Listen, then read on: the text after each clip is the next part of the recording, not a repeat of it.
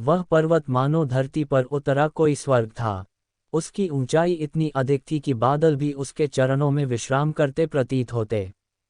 पर्वत की ढलानों पर रंग बिरंगे फूलों की चादरें बिछी थीं, और ऊंचाई पर बहती ठंडी हवा में नाचती पक्षियां एक दिव्य संगीत रच रही थीं। चोटी पर एक विशाल, प्राचीन वृक्ष था, जिसकी छांव में दो आत्माएं ध्यानस्थ मुद्रा में बैठी थीं, एक सुंदर युवक और एक अत्यंत मनमोहिनी युवती। युवक ने सफ़ेद, लहराते वस्त्र पहन रखे थे, और उसके लंबे बाल एक शाही ड्रैगन पिन से बंधे थे।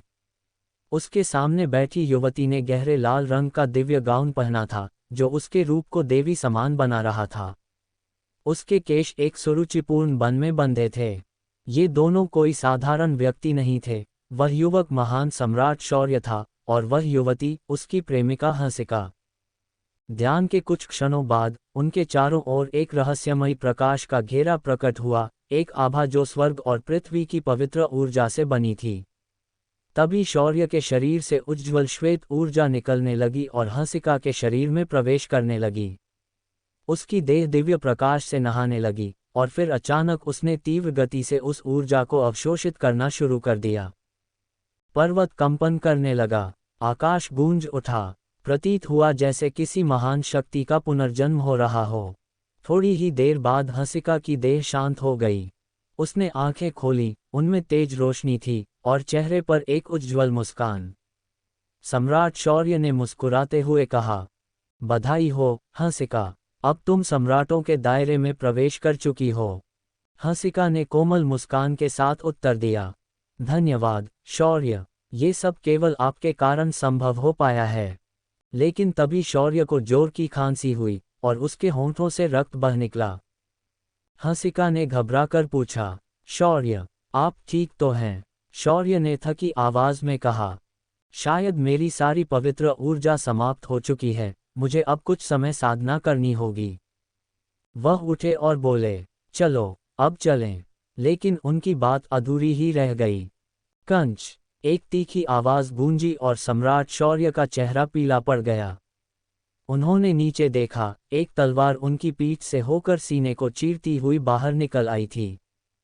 शौर्य ने धीरे से पीछे मुड़कर देखा, और उनकी आंखों में अविश्वास उतर आया। तुम? हंसिका। हंसिका के हाथ में वही तलवार थी, जिसकी नोक से टपकता खून अब जमीन को भिगो रहा था। उसके चेहरे पर न कोई पछतावा था, न क्रोध, बस एक सर्द, निर्जीव उदासीनता। शौर्य की आवाज कांपने लगी, पर क्यों? तुमने ऐसा क्यों किया? और तभी किसी की हंसी पर्वत पर गूंज उठी। हा हा हा। पेड़ों के बीच से एक युवक प्रकट हुआ। वह गहरे नीले वस्त्र पहने था, और उसकी पीठ पर एक तलवार लटकी हुई थी। यह कोई और नहीं, बल्कि शौर्य का सबसे करीबी मित्र संजीव था। शौर्य की आंखों में पीड़ा और अविश्वास तड़प उठे। संजीव, तुम भी? तुम और हंसिका, आखिर क्यों? संजीव ने हंसते हुए उत्तर दिया, शौर्य, बहुत हो गया तुम्हारा राज्य। अब इस क्षेत्र को नया शासक चाहिए। और तुम बस एक रुकावट बन गए हो। उसने तलवार खींची और एक और वार किया, सीधे शौर्य के हृदय में। सम्राट का चेहरा दर्द से सिकुड़ गया। जिस व्यक्ति पर उन्होंने आंख बंद कर भरोसा किया, उसी ने आज उन्हें मौत दी थी। अब तक शौर्य लड़खड़ाते हुए खाई के किनारे तक पहुंच चुके थे। उन्होंने डगमगाते स्वर में कहा, मैंने तो तुम दोनों को अपने से बढ़कर माना था। फिर क्यों? संजीव ने जवाब दिया, इस सवाल का उत्तर तुम्हें कभी नहीं मिलेगा। और फिर एक अंतिम वार, शौर्य की देह हवा में उछली और वह गहरी खाई में गिर पड़े। गिरते गिरते उनकी आंखों में केवल दो आकृतियां रह गईं, हंसिका और संजीव, जो निसंवेदना से उसे नीचे गिरते देख रहे थे। फिर धीरे धीरे सब धुंधला हो गया, और फिर अंधेरा। Dash dash dash. क्या सम्राट शौर्य जीवित रहेंगे? क्या वह कभी जान पाएंगे कि उन्हें विश्वासघात क्यों मिला? क्या हंसिका और संजीव के पीछे कोई और गहरी साजिश है? कौन है इस षड्यंत्र का असली सूत्रधार? इन सभी रहस्यों से पर्दा उठेगा एवाटार रिटर्न की अगली कड़ी में। अध्याय 1, सम्राट शौर्य का पुनर्जन्म हुआ। शौर्य, कल रात तुमने मेरे साथ क्या किया? मैं तुम्हारे पिता की अर्धांगिनी हूँ। शौर्य के कानों में एक आकर्षक महिला की आवाज गूंजी। आंखें खोलते ही उसके सामने एक मोहक दृश्य प्रकट हुआ। वह 20 वर्ष की उम्र वाली एक महिला थी, जिसकी सुंदरता साम्राज्यों को पराजित कर सकती थी। उसके कपड़े अस्त व्यस्त थे और वह अत्यंत अस्पष्ट मुद्रा में उसके ऊपर लिपटी हुई थी तथा नाराजगी भरी और धुंधली आंखों से उसे घूर रही थी। उसके फटे पुराने कपड़े उसकी गोरी त्वचा को मुश्किल से छुपा पा रहे थे, और उसके बिखरे बाल उसकी छाती पर बिखरे हुए थे, जिससे वह अविश्वसनीय रूप से आकर्षक और मनमोहक लग रही थी। अपने सामने का दृश्य देखकर शौर्य घबराया नहीं, बल्कि वह अत्यंत शांत रहा। शौर्य दिव्य क्षेत्र के प्रथम मार्शल सम्राट, जिन्हें शाश्वत मार्शल सम्राट की उपाधि दी गई। 100 साल पहले अपनी प्रिय परी हंसिका को मार्शल सम्राट के दायरे में पहुंचने में मदद करने के लिए लिन यून ने अपनी सारी महत्वपूर्ण ऊर्जा खर्च कर दी थी। अप्रत्याशित रूप से सफलतापूर्वक आगे बढ़ने के बाद परी हंसिका ने, जबकि शौर्य सबसे कमजोर स्थिति में था, शौर्य के सबसे अच्छे भाई पुनर्जन्म के सम्राट के साथ मिलकर शौर्य को मार डाला। उनमें से एक वह महिला थी जिसे वह सबसे अधिक प्यार करता था। दूसरा उसका सबसे अच्छा भाई था। ने कभी नहीं सोचा था कि ये दो सबसे महत्वपूर्ण लोग उसे धोखा देने की साजिश रचेंगे। दर्द, हृदय विदारक पीड़ा, घृणा, हड्डियों तक गहरी नफरत। अब भी शौर्य को परी हंसिका की ठंडी अभिव्यक्ति और पुनर्जन्म के सम्राट की मरने से ठीक पहले की भयावह मुस्कान स्पष्ट रूप से याद है। शौर्य, जिसे मृत्यु के बाद शरीर और आत्मा दोनों से नष्ट हो जाना चाहिए था, अब इस आकर्षक महिला के बिस्तर पर था। क्या हो रहा था? उलझन में शौर्य बिस्तर से उठ बैठा। अचानक उसके सिर में तेज दर्द हुआ और टूटी फूटी यादें उसके दिमाग में उमड़ पड़ीं। 12 वर्ष की अल्पायु में अपनी मार्शल आत्मा को जागृत करके शौर्य वास्तव में पिंडारी सिटी का नंबर 1 प्रतिभाशाली व्यक्ति है। शौर्य के डेंटियन को सैवेज पर्वत श्रृंखला में एक राक्षस जानवर ने चकनाचूर कर दिया। उसकी साधना अपंग हो गई और वह अब अपनी मार्शल आत्मा का उपयोग नहीं कर सकता। शौर्य के लिए मेरिडियन सेवरिंग और रिकनेक्टिंग ग्रास को खोजने के लिए परिवार का मुखिया अकेले ही सैवेज माउंटेन रेंज में चला गया और आधे महीने के बाद भी वापस नहीं लौटा। यादें विलीन हो गईं, जैसे शौर्य का सिर फट गया हो। टकराना, दरवाज़ा लात मारकर खोला गया। एक व्यक्ति तेजी से आया और शौर्य के माथे पर थप्पड़ मार दिया। इससे पहले कि शौर्य सभी यादों को पूरी तरह से एकीकृत कर पाता, उसकी चेतना अंधकार में डूब गई। इस कूड़े ने वास्तव में अपनी सौतेली माँ को, जो उससे 6 साल बड़ी है, नशीला पदार्थ खिला दिया और मानव नैतिकता के विरुद्ध ऐसा जघन्य कृत्य किया। सोचिए, उसके पिता उसके लिए जंगली पर्वत श्रृंखला में चले गए, फिर भी वह इतना निर्दयी और कृतघ्न है, एक जानवर से भी बदतर। सचमुच दुनिया पतन की ओर है और नैतिकता ध्वस्त हो गई है। अंधेरे में निंदा की अनगिनत आवाजें गूंज रही थीं। उसके चेहरे पर हड्डियों को कंपा देने वाले ठंडे पानी के छींटे पड़े, जिससे शौर्य की चेतना वापस आ गई। उसने अपनी आंखें खोली और चारों ओर देखा। प्रांगण में दर्जनों आकृतियां उसके सामने खड़ी थीं। उनकी तिरस्कार और घृणा से भरी निगाहें उसे तलवार की तरह चुभ रही थीं। और उसे आंगन के बीच में एक लकड़ी के खंभे से बांध दिया गया। अपने सामने के दृश्य को देखकर, जो यादें उसने अभी अभी समेटी थीं, शौर्य को तुरंत समझ आ गया। पता चला कि 100 साल बाद उसका पुनर्जन्म तियानवु महाद्वीप में हुआ था, और उसके शरीर में उसी नाम का एक युवक था, तथा उसे इस जीवन की यादें पूरी तरह विरासत में मिली थीं। यादों के माध्यम से शौर्य को पता चला कि यह युवक देव परिवार का युवा स्वामी था, जो कि पिंडारी सिटी के 4 महान परिवारों में से एक था। केवल 12 वर्ष की आयु में वह मार्शल योद्धा क्षेत्र में प्रवेश कर गया, अपनी मार्शल आत्मा को जागृत कर लिया और पिंडारी सिटी का नंबर 1 प्रतिभाशाली व्यक्ति बन गया। सब प्रकार की प्रशंसा, सब प्रकार की चापलूसी। लेकिन 1 साल पहले वह अपनी मंगेतर के साथ प्रशिक्षण के लिए सैवेज पर्वत श्रृंखला पर गए थे और दुर्भाग्यवश एक राक्षस जानवर ने उन पर हमला कर दिया। अपनी मंगेतर के भागने को छिपाने के लिए वह आगे बढ़ा और राक्षस जानवर ने उसके डेंटियन को तोड़ दिया, जिससे उसकी साधना बाधित हो गई। एक प्रतिभाशाली व्यक्ति रातों रात कचरा बन गया। अपने दानतियान के पुनर्निर्माण के लिए उनके पिता अरेंद्रदेव ने परिवार के संसाधनों को समाप्त कर दिया, लेकिन फिर भी कुछ भी करने में असमर्थ था। आधा साल पहले अफवाहें फैली कि मेरिडियन सेवरिंग और रिकनेक्टिंग ग्रास, जो डेंटियन का पुनर्निर्माण कर सकता है, सैवेज माउंटेन रेंज में उगता है। मेरिडियन सेवरिंग और रिकनेक्टिंग ग्रास को खोजने के लिए पिता अरेंद्रदेव अकेले ही सैवेज माउंटेन रेंज में चले गए और तब से उनका कोई पता नहीं चला। पिता अरेंद्रदेव के चले जाने के बाद उनकी स्थिति गिर गई। प्रशंसा उपहास में बदल गई, चापलूसी अपमान में बदल गई, और यहाँ तक कि उसकी मंगेतर ने सगाई तोड़ने के लिए उससे मुलाकात भी की। कल देर रात उसके कमरे में उसे आत्मा भ्रम पाउडर का नशा दिया गया, जिससे वह तुरंत बेहोश हो गया। संयोगवश शौर्य, जो अपने पिछले जन्म में सम्राट था, उसके शरीर में पुनर्जन्म ले लिया। इसके बाद वह दृश्य आया जब वह अपनी सौतेली माँ के साथ बिस्तर साझा कर रहा था। ये स्पष्टतः एक जाल था। कोई इस युवक को फंसाना चाहता था। चूंकि शौर्य का इस युवक के शरीर में पुनर्जन्म हुआ था, इसलिए इस युवक के मामले अब उसके मामले थे। शौर्य, अब से मैं तुम हूं और तुम मैं हो। तुम्हारी शिकायतों का मैं 100 गुना बदला चुकाऊंगा। शौर्य का वादा पाकर उसके भीतर की शेष आत्मा को मुक्ति मिल गई और दोनों जीवन की आत्माएं पूरी तरह से विलीन हो गईं। शौर्य, तुमने वास्तव में अपनी सौतेली माँ के खिलाफ ऐसा घिनौना काम किया है। पारिवारिक नियमों के अनुसार तुम्हें पकड़कर चौगुन कर देना चाहिए। ठंडी और दुर्भावनापूर्ण आंखों वाले एक मध्यम आयु वर्ग के व्यक्ति ने शौर्य की ओर इशारा करते हुए कहा। शौर्य को इस अधेड़ उम्र के व्यक्ति की याद आ गई। वह देव परिवार का छठा बुजुर्ग एल्डर दिवंगत था। वह वही था जिसने दरवाजे को लात मारकर खोला था और शौर्य की यादों को अपने में समाहित करने का फायदा उठाते हुए शौर्य को हथेली के प्रहार से बेहोश कर दिया था। पिता अरेंद्रदेव के गायब होने के बाद एल्डर दिवंगत का शौर्य की सौतेली माँ जिनलियान के साथ संबंध हो गया।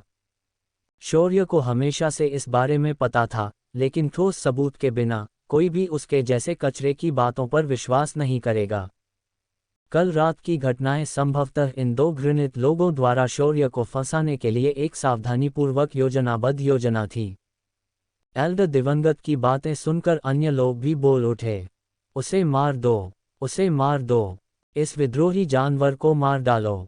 यह नैतिक रूप से पतित जानवर हमारे देव परिवार के लिए 100 साल की शर्म की बात है।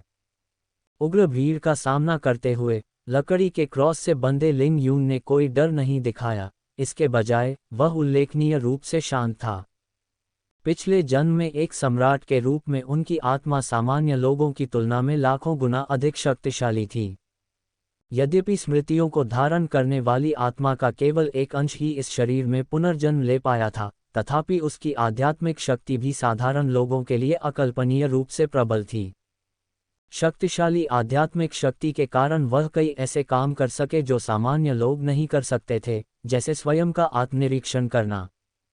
शौर्य ने तुरंत आत्मनिरीक्षण किया और अपनी शारीरिक स्थिति की जांच की। न केवल इस शरीर का डेंटियन बिखर गया था, बल्कि एल्डर दिवंगत की हथेली से भी उसे भारी झटका लगा था, जिससे वह गंभीर रूप से घायल हो गया था और पूरी तरह से लड़ने की क्षमता से रहित हो गया था। इस संकट से बचने के लिए उसे सबसे पहले अपनी चोटों को ठीक करना पड़ा। शौर्य ने तुरंत ही अपने पिछले जीवन की यादों में उपचार तकनीक खोजी और उसे अपने शरीर में प्रसारित करना शुरू कर दिया। इस प्रक्रिया के दौरान उन्होंने वास्तव में अपने डानटियन के भीतर एक समचतुर्भुज आकार की विदेशी वस्तु की खोज की। दानव भगवान कोर क्रिस्टल। शौर्य बहुत खुश हुआ। परिहंसिका और पुनर्जन्म के सम्राट ने मिलकर उसे मारने का प्रयास किया था, जिसका मुख्य उद्देश्य संभवतः दानव देव कोर क्रिस्टल प्राप्त करना था। शौर्य ने सोचा था कि उसके निधन के बाद दानव देव कोर क्रिस्टल उनके हाथों में आ जाएगा। उसने कभी उम्मीद नहीं की थी कि दानव भगवान कोर क्रिस्टल वास्तव में उसके साथ पुनर्जन्म लेगा। किंवदंती के अनुसार दानव देवता कोर क्रिस्टल एक सर्वोच्च दिव्य वस्तु थी जो एक प्राचीन दानव सम्राट के पतन के बाद बची थी। हजारों साल पहले ये शून्य को चीरता हुआ स्वर्ग से नीचे उतरा था। एक बार इसके प्रकट होने से दिव्य क्षेत्र में एक महान युद्ध छिड़ गया था, जिसके कारण असंख्य शक्तिशाली प्राणी इसके लिए पागलों की तरह लड़ने लगे थे। किंवदंती है कि इसका स्वामी सभी युगों का शासक बन जाएगा। अफसोस की बात है कि इसका उपयोग करने के लिए पहले व्यक्ति को अपनी साधना को कमजोर करना होगा। केवल वे लोग ही इसके साथ पूर्ण सामंजस्य स्थापित कर सकते हैं जिनके दांत टूटे हुए हों। शौर्य अपने पिछले जीवन में पहले से ही मार्शल सम्राट के दायरे में पहुंच चुका था, शिखर तक पहुंचने से बस एक कदम दूर, इसलिए वह स्वाभाविक रूप से अपनी साधना को बाधित करने और शून्य से शुरू करने का जोखिम नहीं उठा सकता था। दानव देव कोर क्रिस्टल प्राप्त करना लेकिन इसका उपयोग करने में असमर्थ होना शौर्य के पिछले जीवन का सबसे बड़ा अफसोस था। इस जीवन में अपने दानटियन के टूट जाने के बाद वह अंततः इस पश्चाताप की भरपाई कर सका। इस जीवन में हाथ में कोर क्रिस्टल के साथ मैं 8 उजाड़ और 6 सामंजस्य पर शासन करूंगा, मैं ज्वार को नियंत्रित करूंगा। इस जीवन में कोर क्रिस्टल को हाथ में लेकर 9 स्वर्गों और 10 पृथ्वियों के पार कौन मुझसे मुकाबला करने की हिम्मत करता है। परिहसिका, पुनर्जन्म के सम्राट, निकट भविष्य में ये सम्राट तुम्हारा दुर्स्वप्न बन जाएगा। शौर्य ने तुरंत अपने टूटे हुए डेंटियन को सक्रिय कर दिया और दानव देव कोर क्रिस्टल के साथ विलय कर दिया। उसके कटे हुए मेरिडियन और ऊतक तुरंत दानव भगवान कोर क्रिस्टल से जुड़ गए। शौर्य की चेतना भी उसी क्षण दानव देव कोर क्रिस्टल के भीतर प्रवेश कर गई। ये एक अंधकार में शून्य था। वहाँ न आकाश था, न धरती, कोई तारा प्रकाश नहीं, केवल एक विशाल दिव्य प्रतिमा ऊर्जा से ठोस बन गई। ये विशालकाय दिव्य प्रतिमा 100 मीटर ऊंची थी, पूरी तरह से अर्धपारदर्शी, जलते हुए कवच पहने हुए, बिजली की दिव्य तलवार पकड़े हुए, उसके पीछे फैले हुए चमकदार प्रकाश वाले 2 पंख, और उसकी सतह पर झुलसा देने वाली नीली सफ़ेद लपटें जल रही थीं, जो एक शानदार प्रकाश बिखेर रही थीं। जिस ऊर्जा से ये दिव्य प्रतिमा बनी वह वास्तव में वह सार ऊर्जा थी जो प्रत्येक मार्शल कलाकार के पास होती है। हालांकि किसी भी मार्शल कलाकार की सार ऊर्जा इस दिव्य मूर्ति की तुलना में धूल के समान तुच्छ थी। यहाँ तक कि शौर्य के पिछले जीवन में जो सार ऊर्जा थी वह इस दिव्य प्रतिमा के 1% से भी कम थी। ऐसा कहा जाता है कि दानव देव कोर क्रिस्टल की शक्ति के कुल 9 रूप हैं, और यह दिव्य प्रतिमा इसकी शक्ति का परम स्वरूप है। दानव देव कोर क्रिस्टल के अंदर समय वास्तविक दुनिया की तरह समान दर से नहीं बहता था। शौर्य लंबे समय तक दानव देव कोर क्रिस्टल में रहा, लेकिन जब वह वास्तविकता में लौटा तो केवल एक पल ही बीता था। वास्तविक दुनिया में लौटने के बाद शौर्य चुप रहे और चुपचाप अपने आप को ठीक करने के लिए अपनी साधना तकनीक का प्रयोग करते रहे।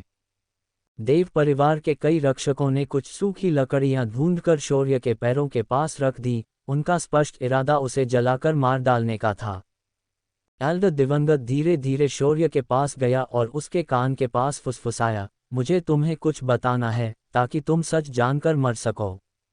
जिस व्यक्ति ने सेवेज माउंटेन रेंज में मेरिडियन सेवरिंग और रिजोइनिंग ग्रास के बारे में अफवाह फैलाई थी, वह वास्तव में मैं ही था। ये सुनकर शौर्य की आंखों में हत्या की तीव्र मंशा चमक उठी। तो आधे साल पहले उसके पिता का देव परिवार छोड़ना भी एक साजिश थी। एल्डर दिवंगत के होठों पर एक ठंडी, सफल मुस्कुराहट खेली। शांति से नरक में जाओ। तुम्हारी सौतेली माँ की देखभाल अब से मैं करूँगा। युवा स्वामी के रूप में तुम्हारा स्थान भी मेरा बेटा ले लेगा। शौर्य चुप रहा, बस एल्डर दिवंगत को बर्फीली आंखों से देख रहा था, जैसे किसी लाश को देख रहा हो। किसी कारण से शौर्य की बर्फीली निगाहों से घूरे जाने पर एल्डर दिवंगत को अचानक एक ठंडी सनसनी महसूस हुई, जैसे कि किसी शिकारी द्वारा शिकार को निशाना बनाया जा रहा हो। हालांकि एल्डर दिवंगत अभी भी 5वें स्तर का मार्शल योद्धा था और उसने जल्दी से अपने दिल में डर को दबा दिया। ओह, एक और बात है जो मैं तुम्हें बताना भूल गया। तुम्हारी बाएं कल सारिका से शादी करने के लिए सहमत हो गई थी और उसे आज सुबह सेन परिवार ने उठा लिया। शादी समारोह दोपहर को होगा। यह असंभव है। शौर्य ने अपनी आंखें थोड़ी सिकोड़ लीं, उसका चेहरा संदेह से भरा हुआ था। शौर्य की बहन सारिका, यद्यपि उसकी सगी बहन नहीं थी, फिर भी वे दोनों एक साथ बड़े हुए, अभिन्न थे तथा सगी भाई बहनों से भी अधिक करीब थे। इसलिए शौर्य सारिका के व्यक्तित्व को बहुत अच्छी तरह से समझता था। विक्रांत पिंडारी सिटी में एक कुख्यात अयाश व्यक्ति था, जो अपने दिन व्यभिचार में बिताता था, महिलाओं का आदी था और खुद को छुड़ाने में असमर्थ था। सारिका ऐसे बदमाश से शादी करने के बजाय मरना पसंद करेगी। एल्डर दिवंगत ने शौर्य के अविश्वास का अनुमान लगा लिया था, इसलिए उसने आगे कहा, लगता है कि तुम अभी भी नहीं जानते, है ना? उस लड़की ने तुम्हारे डेंटियन को नया आकार देने के लिए 100 जड़ी बूटियों की गोली प्राप्त करने के लिए अपनी आजीवन खुशी का उपयोग करके सेन परिवार के साथ एक सौदा किया। बोलने के बाद एल्डर दिवंगत ने अपना बायां हाथ खोला, जिससे उसकी हथेली में एक हरे रंग की गोली दिखाई दी। एल्डर दिवंगत के हाथ में गोली देखकर शौर्य की आंखों से संदेह पूरी तरह गायब हो गया। ये वास्तव में 100 जड़ी बूटी की गोली थी। इससे साबित हो गया कि एल्डर दिवंगत झूठ नहीं बोल रहा था। सारिका वास्तव में शौर्य के लिए विक्रांत से शादी करने के लिए सहमत हो गई थी। वह शौर्य के लिए सब कुछ बलिदान कर सकती थी, यहाँ तक कि अपनी जान भी। ये सोचकर शौर्य अपनी मुट्ठियां भींचने से खुद को रोक नहीं सका। शौर्य को अच्छी तरह से पता था कि सारिका के व्यक्तित्व के साथ वह निश्चित रूप से शादी समारोह से पहले अपना जीवन समाप्त करने का विकल्प चुनेगी। वैसे भी तुम्हें फांसी दी जाने वाली है, इसलिए यह अमूल्य 100 जड़ी बूटियों की गोली मेरे पास रहेगी, जो कि तुम्हारा छठा चाचा है। हा हा हा। एल्डर दिवंगत ने 100 जड़ी बूटियों की गोली को वापस अपने आलिंगन में रख लिया, संतुष्टि में कुछ बार हंसा, फिर पलटा और आंगन के बाहर चिल्लाया, उसे अंदर लाओ। देव परिवार के 2 गार्ड एक नौकर को आंगन में ले गए। ये सेवक शौर्य के लगभग समान आयु का था और उसकी साधना मार्शल शिष्य के स्तर 1 पर थी। उसका नाम पुष्पेश था। वह बचपन से ही शौर्य का अनुसरण करता था और शौर्य के प्रति पूरी तरह से वफादार था। वह देव परिवार का एकमात्र नौकर था जो अभी भी शौर्य को युवा स्वामी मानता था। घुटने टेको। दोनों गार्डों ने पुष्पेश के कंधों पर जोर से दबाव डाला और पुष्पेश तुरंत एल्डर दिवंगत के सामने घुटने टेक दिए। घुटने टेकने के बाद पुष्पेश ने अचानक अपना सिर उठाया और लकड़ी के खंभे से बंधे शौर्य को आश्चर्य से देखा। युवा मास्टर, आप ऐसा कैसे कर सकते हैं? थप्पड़। जैसे ही वह आधा बोलना शुरू किया, एल्डर दिवंगत ने पुष्पेश को जमीन पर पटक दिया। एल्डर दिवंगत ने पुष्पेश को ठंडे अंदाज में देखा। सुनो, शौर्य ने अपनी सौतेली मां के साथ बलात्कार किया है और अब उससे युवा मालिक का दर्जा छीन लिया गया है। अब से वह देव परिवार का युवा मालिक नहीं है। पुष्पेश जमीन से ऊपर चढ़ गया और दृढ़ता से अपना सिर हिलाया। असंभव। युवा मास्टर ऐसा कभी नहीं करेंगे। युवा मास्टर को निश्चित रूप से फंसाया गया है। बकवास। एल्डर दिवंगत ने पुष्पेश के चेहरे पर फिर से जोरदार थप्पड़ मारा। ये थप्पड़ अधिक भारी और क्रूर था। पुष्पेश सीधे उड़ गया, उसका सिर जोर से जमीन से टकराया, उसके माथे से लगातार खून बह रहा था। पुष्पेश कांपते हुए जमीन से रेंगता हुआ ऊपर आया, उसके मुंह से खून निकला और उसके कुछ दांत भी ढीले पड़ गए। इससे पहले कि वह कुछ बोल पाता, एक जलती हुई मशाल उसके सामने प्रकट हुई। ले लो, इसे जला दो। एल्डर दिवंगत ने पुष्पेश को दुर्भावनापूर्ण खुशी के साथ देखा, एक हाथ में मशाल पकड़ी और दूसरे से शौर्य की ओर इशारा किया। उसे जलाकर मार डालो, उसे जलाकर मार डालो। यह जानवर, जो सूअरों और कुत्तों से भी बदतर है, उसे तब तक जला देना चाहिए जब तक राख भी न बचे। सभी शिष्यों ने अपनी मुट्ठियां उठाईं और चिल्लाए। शौर्य को ऐसे देखा जैसे वे किसी अपराधी को देख रहे हों जो 1000 बार मौत के लायक है।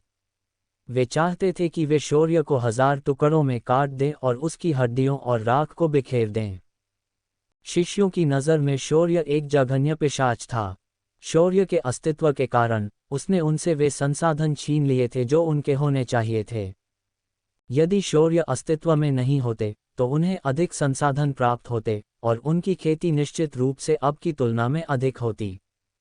वे सब ये सोच रहे थे कि कितना अच्छा होगा यदि शौर्य इस दुनिया से गायब हो जाए।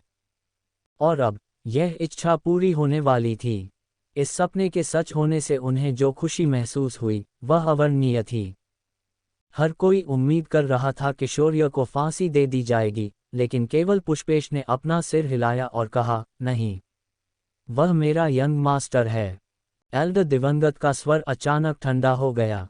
या तो उसे जला दो या फिर मर जाओ। खुद ही चुन लो। भले ही आप मुझे मार दें, मैं यंग मास्टर को धोखा नहीं दूंगा। पुष्पेश की निगाह असाधारण रूप से दृढ़ थी। क्या ऐसा है? एल्डर दिवंगत के मुंह के कोने पर एक खतरनाक चाप खींचा गया और फिर उसने दोनों गार्डों को देखा। दोनों गार्डों को तुरंत समझ आ गया और उन्होंने पुष्पेश को पकड़ लिया और उसे मजबूती से पकड़ लिया। एल्डर दिवंगत ने तुरंत मशाल पुष्पेश के बाएं गाल पर रख दी। उच्च तापमान ने तुरंत पुष्पेश के चेहरे को झुलसा दिया, जिससे घने धुएं का गुबार निकलने लगा और जले हुए मांस की गंध पूरे प्रांगण में फैल गई। पुष्पेश ने बहुत संघर्ष किया, लेकिन वह दोनों गार्डों की पकड़ से मुक्त नहीं हो सका, केवल सुअर जैसी शोकाकुल चीखें निकालता रहा। शिष्यों ने पुष्पेश को बिना किसी सहानुभूति के देखा। उनकी नज़र में शौर्य के प्रति वफादार एक सेवक भी मरने के लायक था। लकड़ी के खंभे से बंधा शौर्य अपनी आंखों से पुष्पेश को प्रताड़ित होते देख रहा था। हालांकि उसने अभी भी एक शब्द नहीं कहा, लेकिन उसका दिल पहले से ही राक्षसी क्रोध से भर चुका था। जैसे ही उसकी चोटें ठीक होतीं, उसका संचित राक्षसी क्रोध ज्वालामुखी की तरह फट पड़ता। पुष्पेश का बायां चेहरा पूरी तरह से जल जाने के बाद ही एल्डर दिवंगत ने संतुष्टि के साथ मशाल हटाई। मैं तुम्हें एक आखिरी मौका देता हूं। या तो शौर्य को जलाकर मार डालो या फिर खुद जलकर मर जाओ। युवा मास्टर ने एक बार मुझे बचाया था। मेरा ये जीवन पहले से ही युवा मास्टर का है। भले ही आप मुझे टुकड़े टुकड़े कर दें, मैं युवा मास्टर को कभी धोखा नहीं दूंगा। पुष्पेश की आवाज़ कमज़ोर थी, लेकिन फिर भी उसने झुकने से इनकार कर दिया और आत्मसमर्पण के बजाय मौत को प्राथमिकता दी। शौर्य भी बहुत प्रभावित हुआ। उसे उम्मीद नहीं थी कि पुष्पेश उसके प्रति इतना वफादार होगा। तुम्हें नहीं पता कि तुम्हारे लिए क्या अच्छा है। एल्डर दिवंगत के माथे पर एक नस दौड़ गई और फिर उसने टॉर्च पुष्पेश के दाहिने गाल पर रख दी। आह! एक करुण क्रंदन आकाश में गूंज उठा। जब सब कुछ शांत हो गया तो पुष्पेश जमीन पर पड़ा था, आधा मरा हुआ। उसका चेहरा पूरी तरह से जलकर कोयला बन गया था।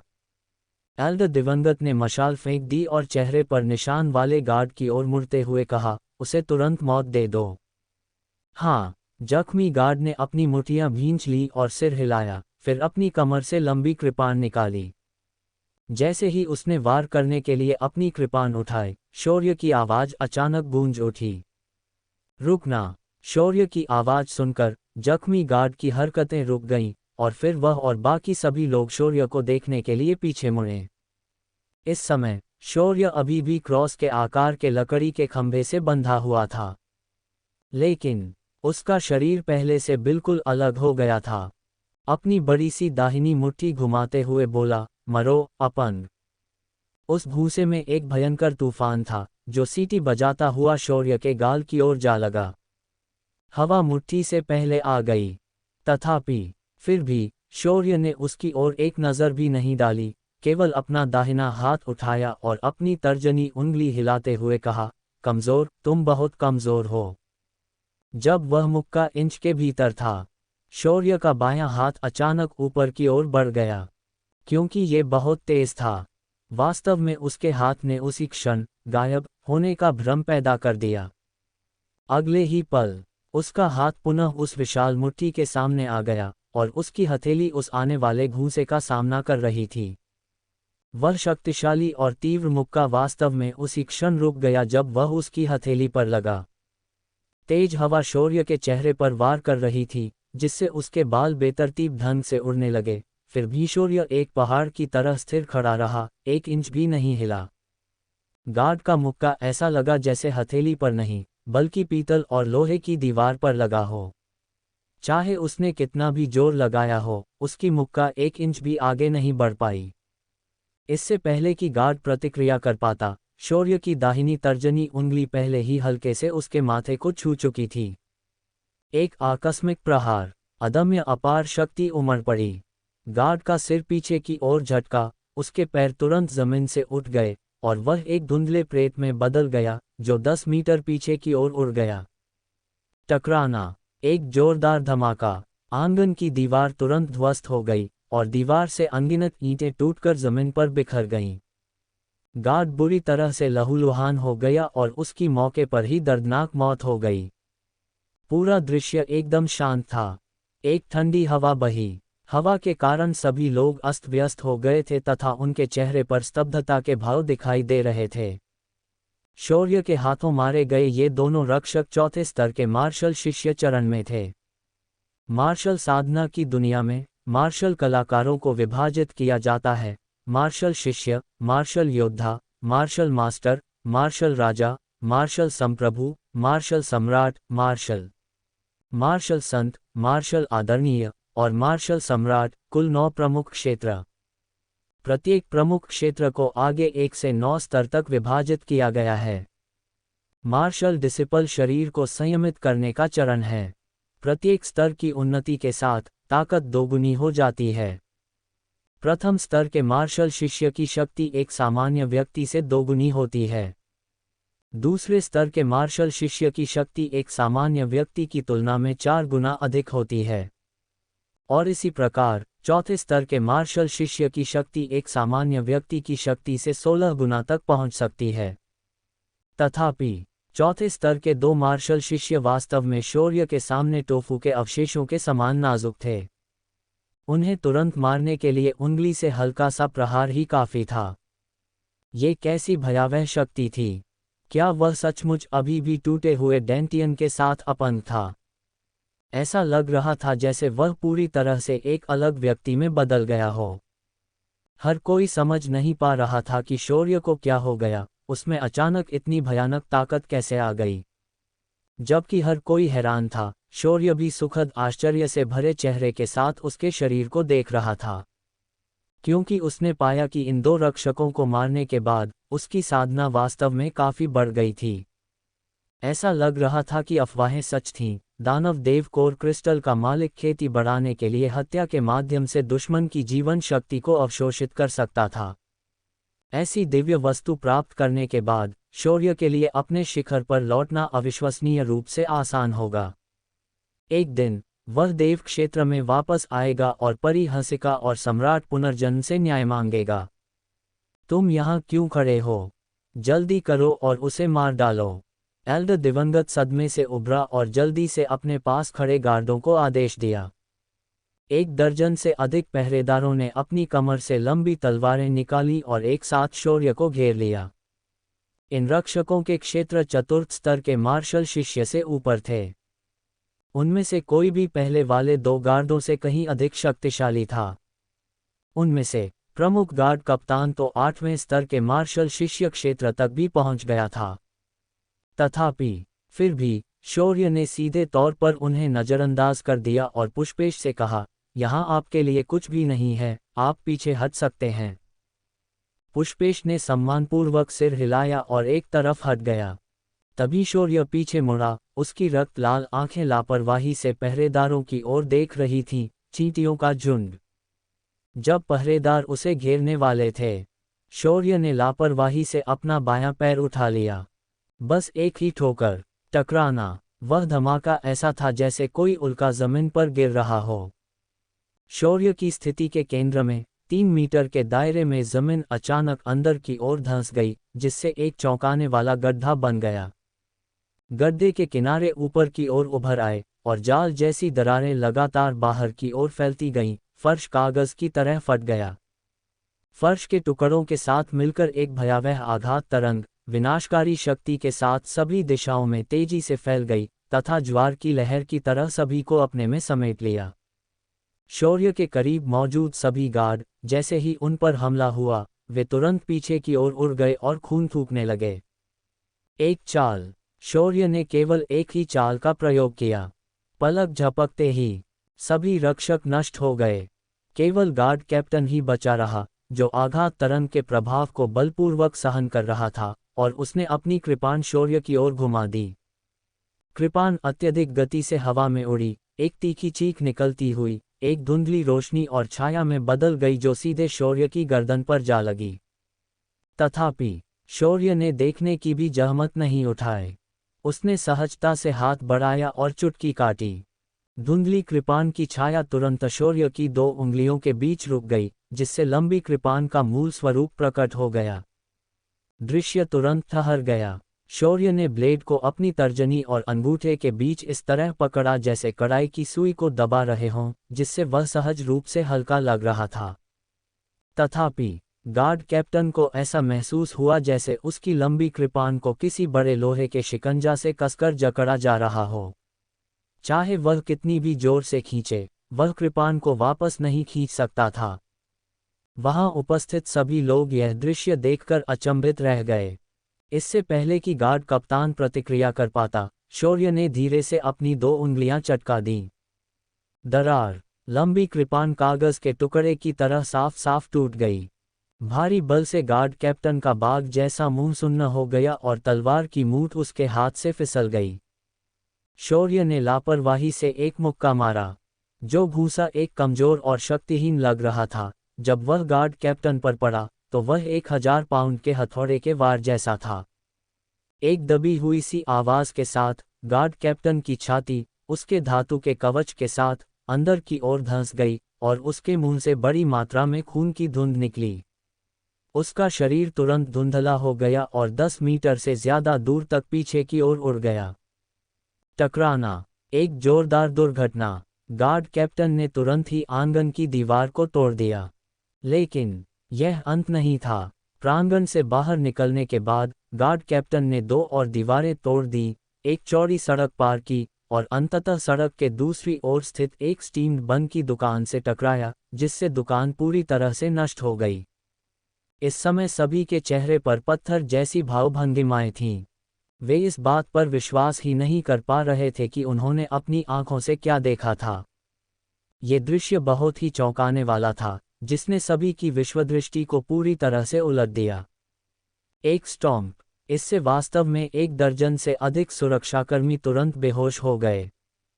ये कल्पना करना सचमुच कठिन था कि ये शक्ति कितनी भयावह थी।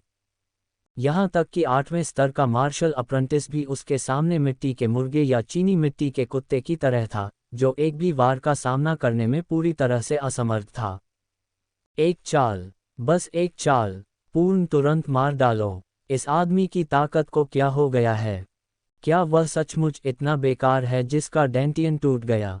यहाँ तक कि उसके डेंटियन टूटने से पहले भी उसके पास निश्चित रूप से इतनी भयानक ताकत नहीं थी। बहुत डरावना है। मुझे लगता है कि वह अब बिल्कुल शैतान जैसा हो गया है। वहां उपस्थित सभी शिष्य डर के मारे एक कदम पीछे हटने के अलावा कुछ नहीं कर सके। उनके माथे पर अनजाने में ही ठंडा पसीना आ गया।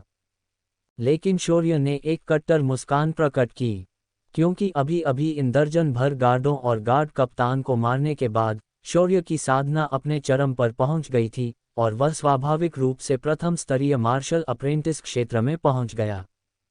लोगों को मारने से व्यक्ति का साम्राज्य बढ़ सकता है। दानव देवता न्यूक्लियस क्रिस्टल वास्तव में एक सर्वोच्च दिव्य कलाकृति के रूप में अपनी किंवदंती पर खरा उतरता है। और कौन मुझे रोकना चाहता है? सब लोग एक साथ मेरे पास आओ। शौर्य की रक्त लाल आंखें वहां उपस्थित सभी लोगों पर घूम गईं, जैसे कोई सर्वोच्च देवता निचले क्षेत्र में चींटियों को देख रहा हो। ये शब्द वज्रपात के समान थे, जो वहां उपस्थित सभी लोगों की आत्मा पर प्रहार कर गए। उपस्थित दर्जनों लोग सभी मार्शल कलाकार थे और अधिकांश शिष्यों के क्षेत्र 5वें स्तर के मार्शल प्रशिक्षु से ऊपर थे। यहाँ तक कि मार्शल मास्टर क्षेत्र में कई उपयाजक और संरक्षक भी थे। और एल्डर दिवंगत तो 5वें स्तर का मार्शल मास्टर भी था। इतनी शक्तिशाली लाइनअप का सामना करते हुए शौर्य ने पूरी तरह से उनकी अवहेलना की, यहाँ तक कि मांग की कि वे सभी एक साथ उसके पास आएं। ये तो घोर अवमानना थी। एक क्षण में ही उपस्थित उपयाजकों के चेहरे सुअ के जिगर के समान लाल हो गए। घमंडी बदमाश, इतना अहंकारी मत बनो, मुझे तुम पर वार करने दो। एक युवा उपयाजक भीड़ से बाहर आया और झुंझलाहट में शौर्य से बोला। पिछली पीढ़ी के उपयाजक होने के नाते वह स्वाभाविक रूप से एक कनिष्ठ द्वारा इस तरह का तिरस्कारपूर्ण व्यवहार बर्दाश्त नहीं कर सकते थे। उनका क्षेत्र दूसरे स्तर का मार्शल मास्टर था। हालांकि वह लंबे समय से डीकन नहीं था, लेकिन उसकी ताकत एक अनुभवी डीकन से ज्यादा खराब नहीं थी। मार्शल मास्टर मार्शल कलाकारों का दूसरा प्रमुख क्षेत्र है, और इसके और मार्शल अप्रेंटिस के बीच का अंतर पूरी तरह से अलग है। मार्शल प्रशिक्षु केवल अपने शरीर को संयमित कर सकते हैं और अपनी ताकत बढ़ा सकते हैं, आध्यात्मिक शक्ति का उपयोग करने में असमर्थ हैं। दूसरी ओर, मार्शल मास्टर्स मार्शल कौशल को उजागर करने के लिए ऊर्जा के रूप में आध्यात्मिक शक्ति का उपयोग कर सकते हैं।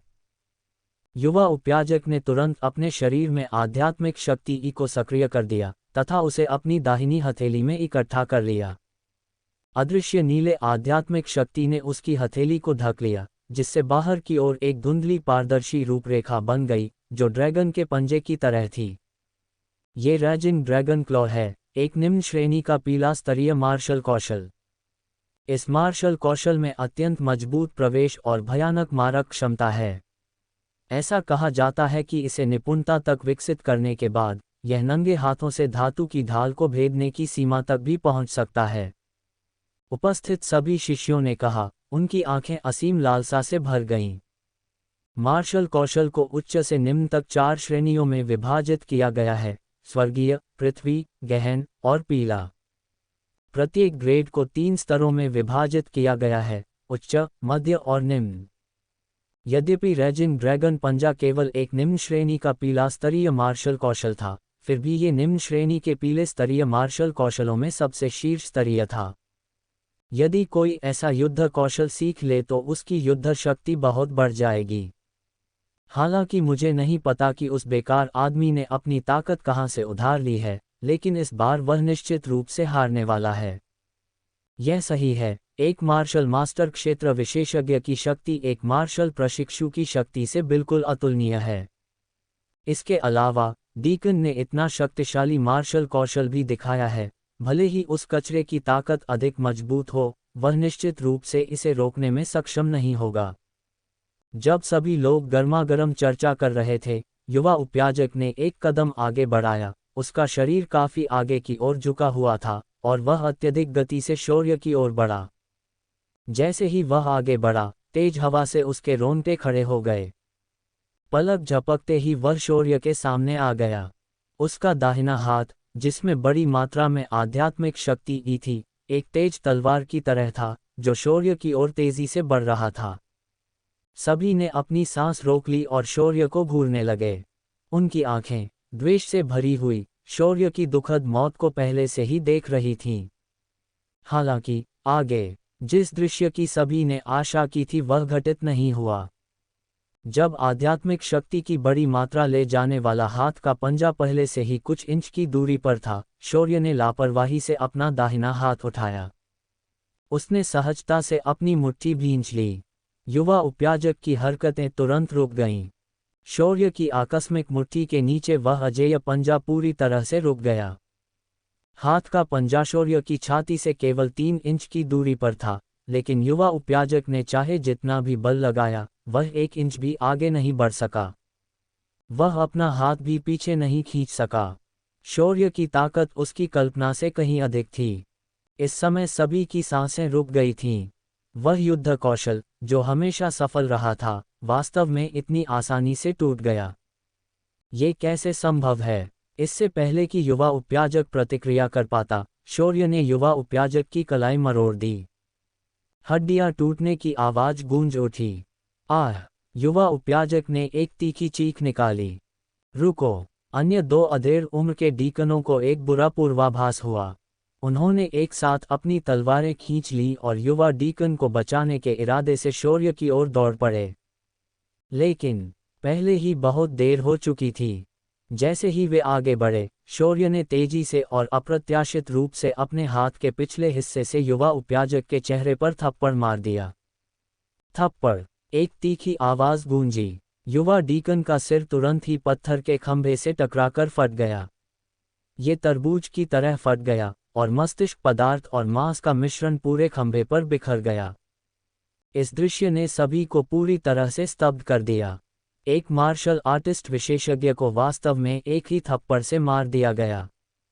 इससे लोगों की समझ पूरी तरह पलट गई। तभी शौर्य ने सिरविहीन शरीर को छोड़ दिया, जिससे वह धीरे धीरे पीछे की ओर गिर गया। जब शरीर अभी भी गिर रहा था, दो मध्यम आयु वर्ग के उपयाज किशोर्य के दोनों ओर प्रकट हुए, उनकी कीमती तलवारें एक साथ उस पर वार कर रही थीं। एक व्यक्ति की तलवार सामने से आई, उसकी ठंडी रोशनी सीधे शौर्य के गले पर लगी। दूसरे व्यक्ति की तलवार पीछे से आई, जिसका लक्ष्य शौर्य को कमर से आधा काटना था, लेकिन अगले ही / भी एक निम्न श्रेणी का पीला स्तरीय मार्शल कौशल था। लेकिन अगले ही पल श्लेष और उन दोनों के सर उसके धड़ से गायब हो गए। हर किसी के दिल में सिहरन पैदा हो गई और वे पीछे हटने को मजबूर हो गए। तुम सब जाओ, तुम सब एक साथ। एल्डर दिवंगत की आवाज़ कांप रही थी, कुछ हद तक घबराई हुई लग रही थी। उसे अंततः समझ में आया कि जब शौर्य उसे घूर रहा था तो उसके दिल में एक डरावनी सनसनी क्यों महसूस हुई थी। उसने कभी नहीं सोचा था कि वह एक युवक के प्रति अपने दिल की गहराइयों से इतना डर महसूस करेगा।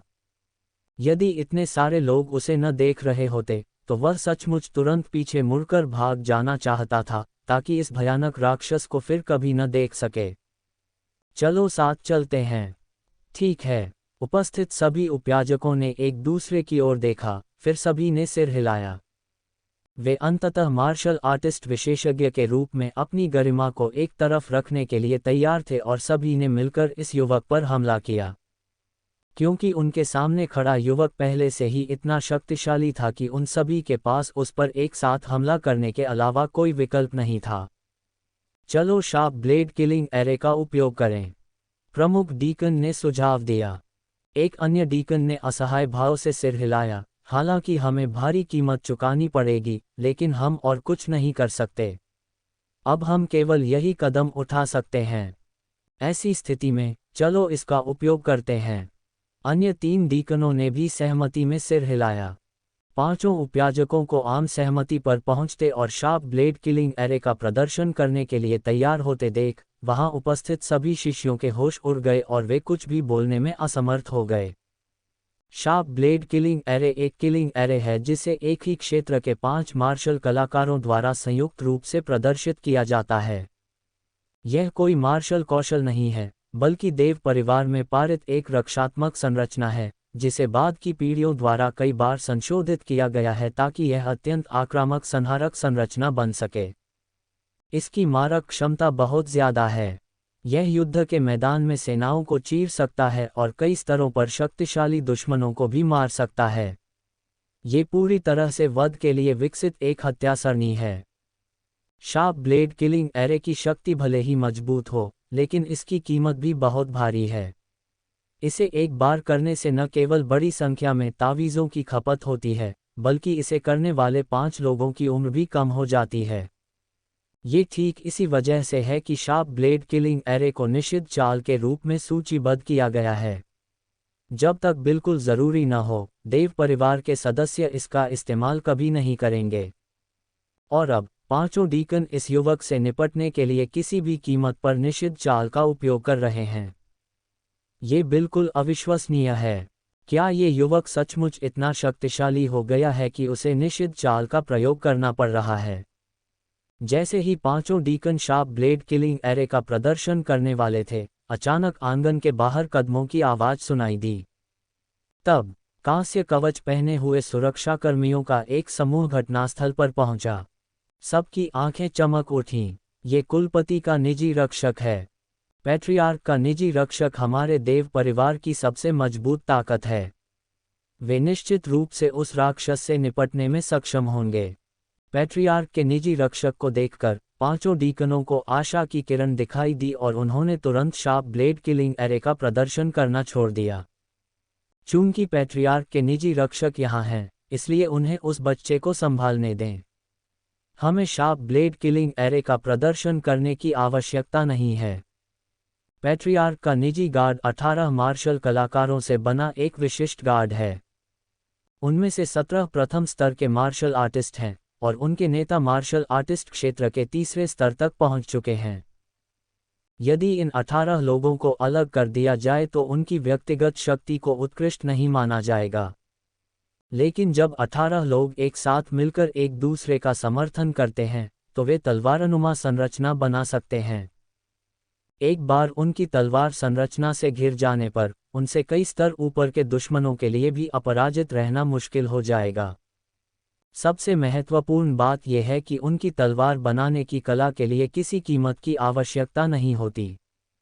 परिवार के मुखिया के निजी रक्षक के कप्तान ने पहले चारों ओर देखा, फिर एल्डर दिवंगत के पास जाकर सम्मानपूर्वक पूछा, छठे बड़े, वास्तव में क्या हुआ?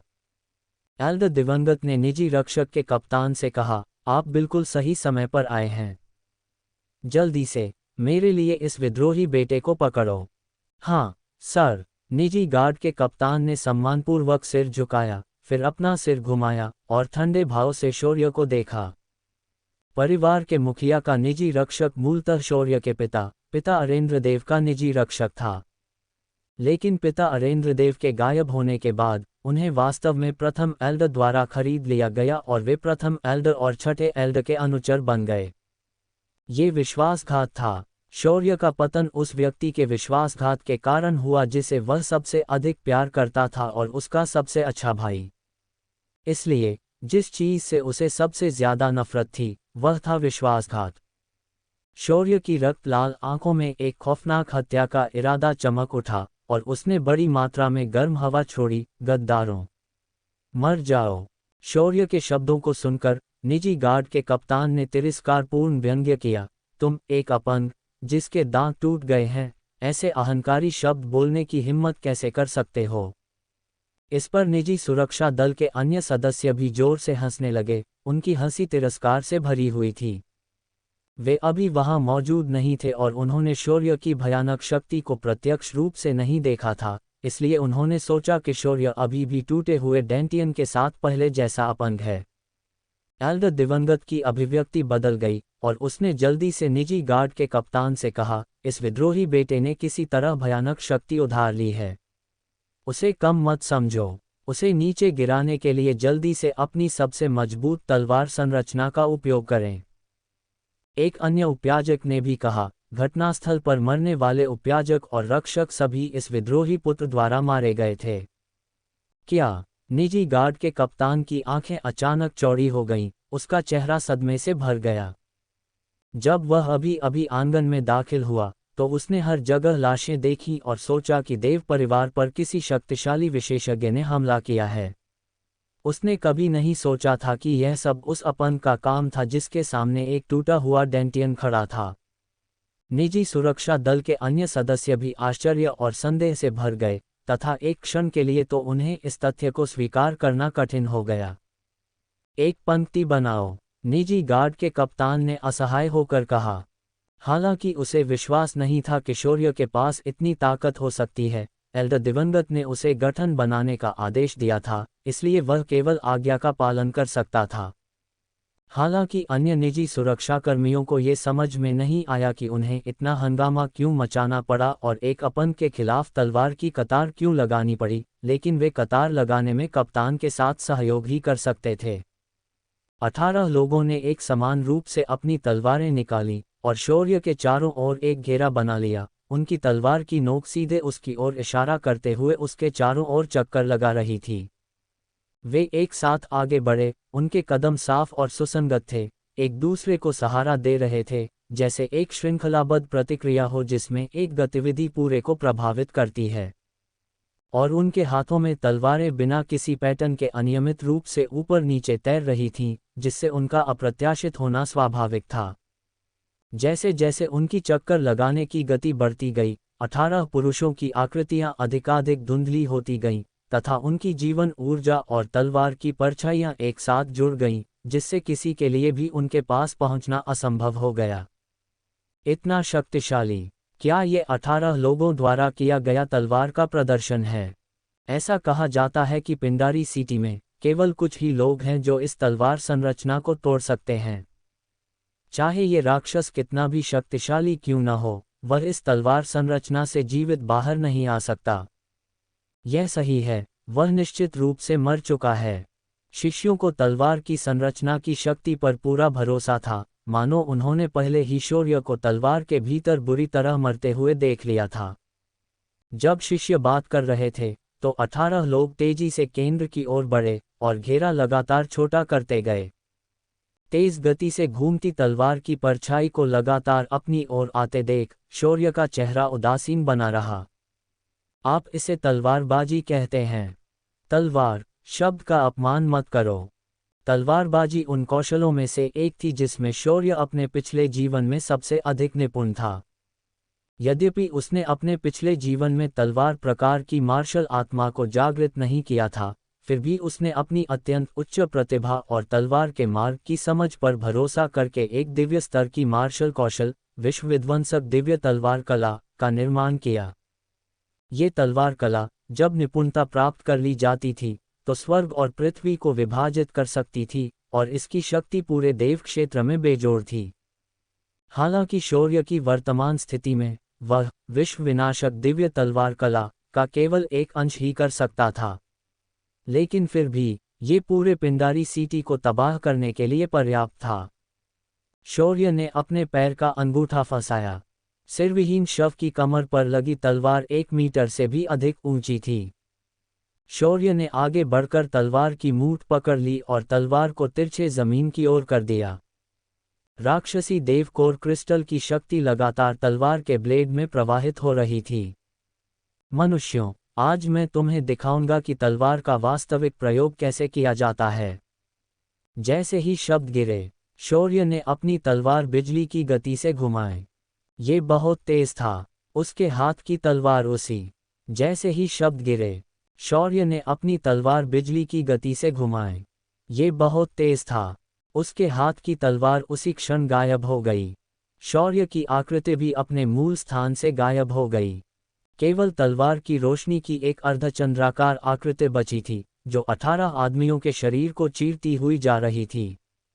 जिस क्षण तलवार की रोशनी की छवि गायब हो गई, शौर्य तलवार की पंक्ति को तोड़कर व्यक्तिगत रक्षक से 5 मीटर दूर जमीन पर प्रकट हुआ। उसकी तलवार उसके पीछे ऊंची उठी हुई थी, उस पर खून की एक भी बूंद नहीं थी। दरार। 18 आदमियों के हाथों की तलवारें एक ही क्षण में टूट गईं। छींटे। 18 पुरुषों के शरीर भी उसी क्षण कमर से अलग हो गए और खून फव्वारों की तरह चारों दिशाओं में फूट पड़ा, जिससे जमीन पूरी तरह भर गई। धप। 18 आदमी एक साथ खून के तालाब में गिर गए और पलक झपकते ही पूरी तरह मर गए। इस चौंकाने वाले दृश्य ने वहां उपस्थित सभी लोगों को स्तब्ध कर दिया।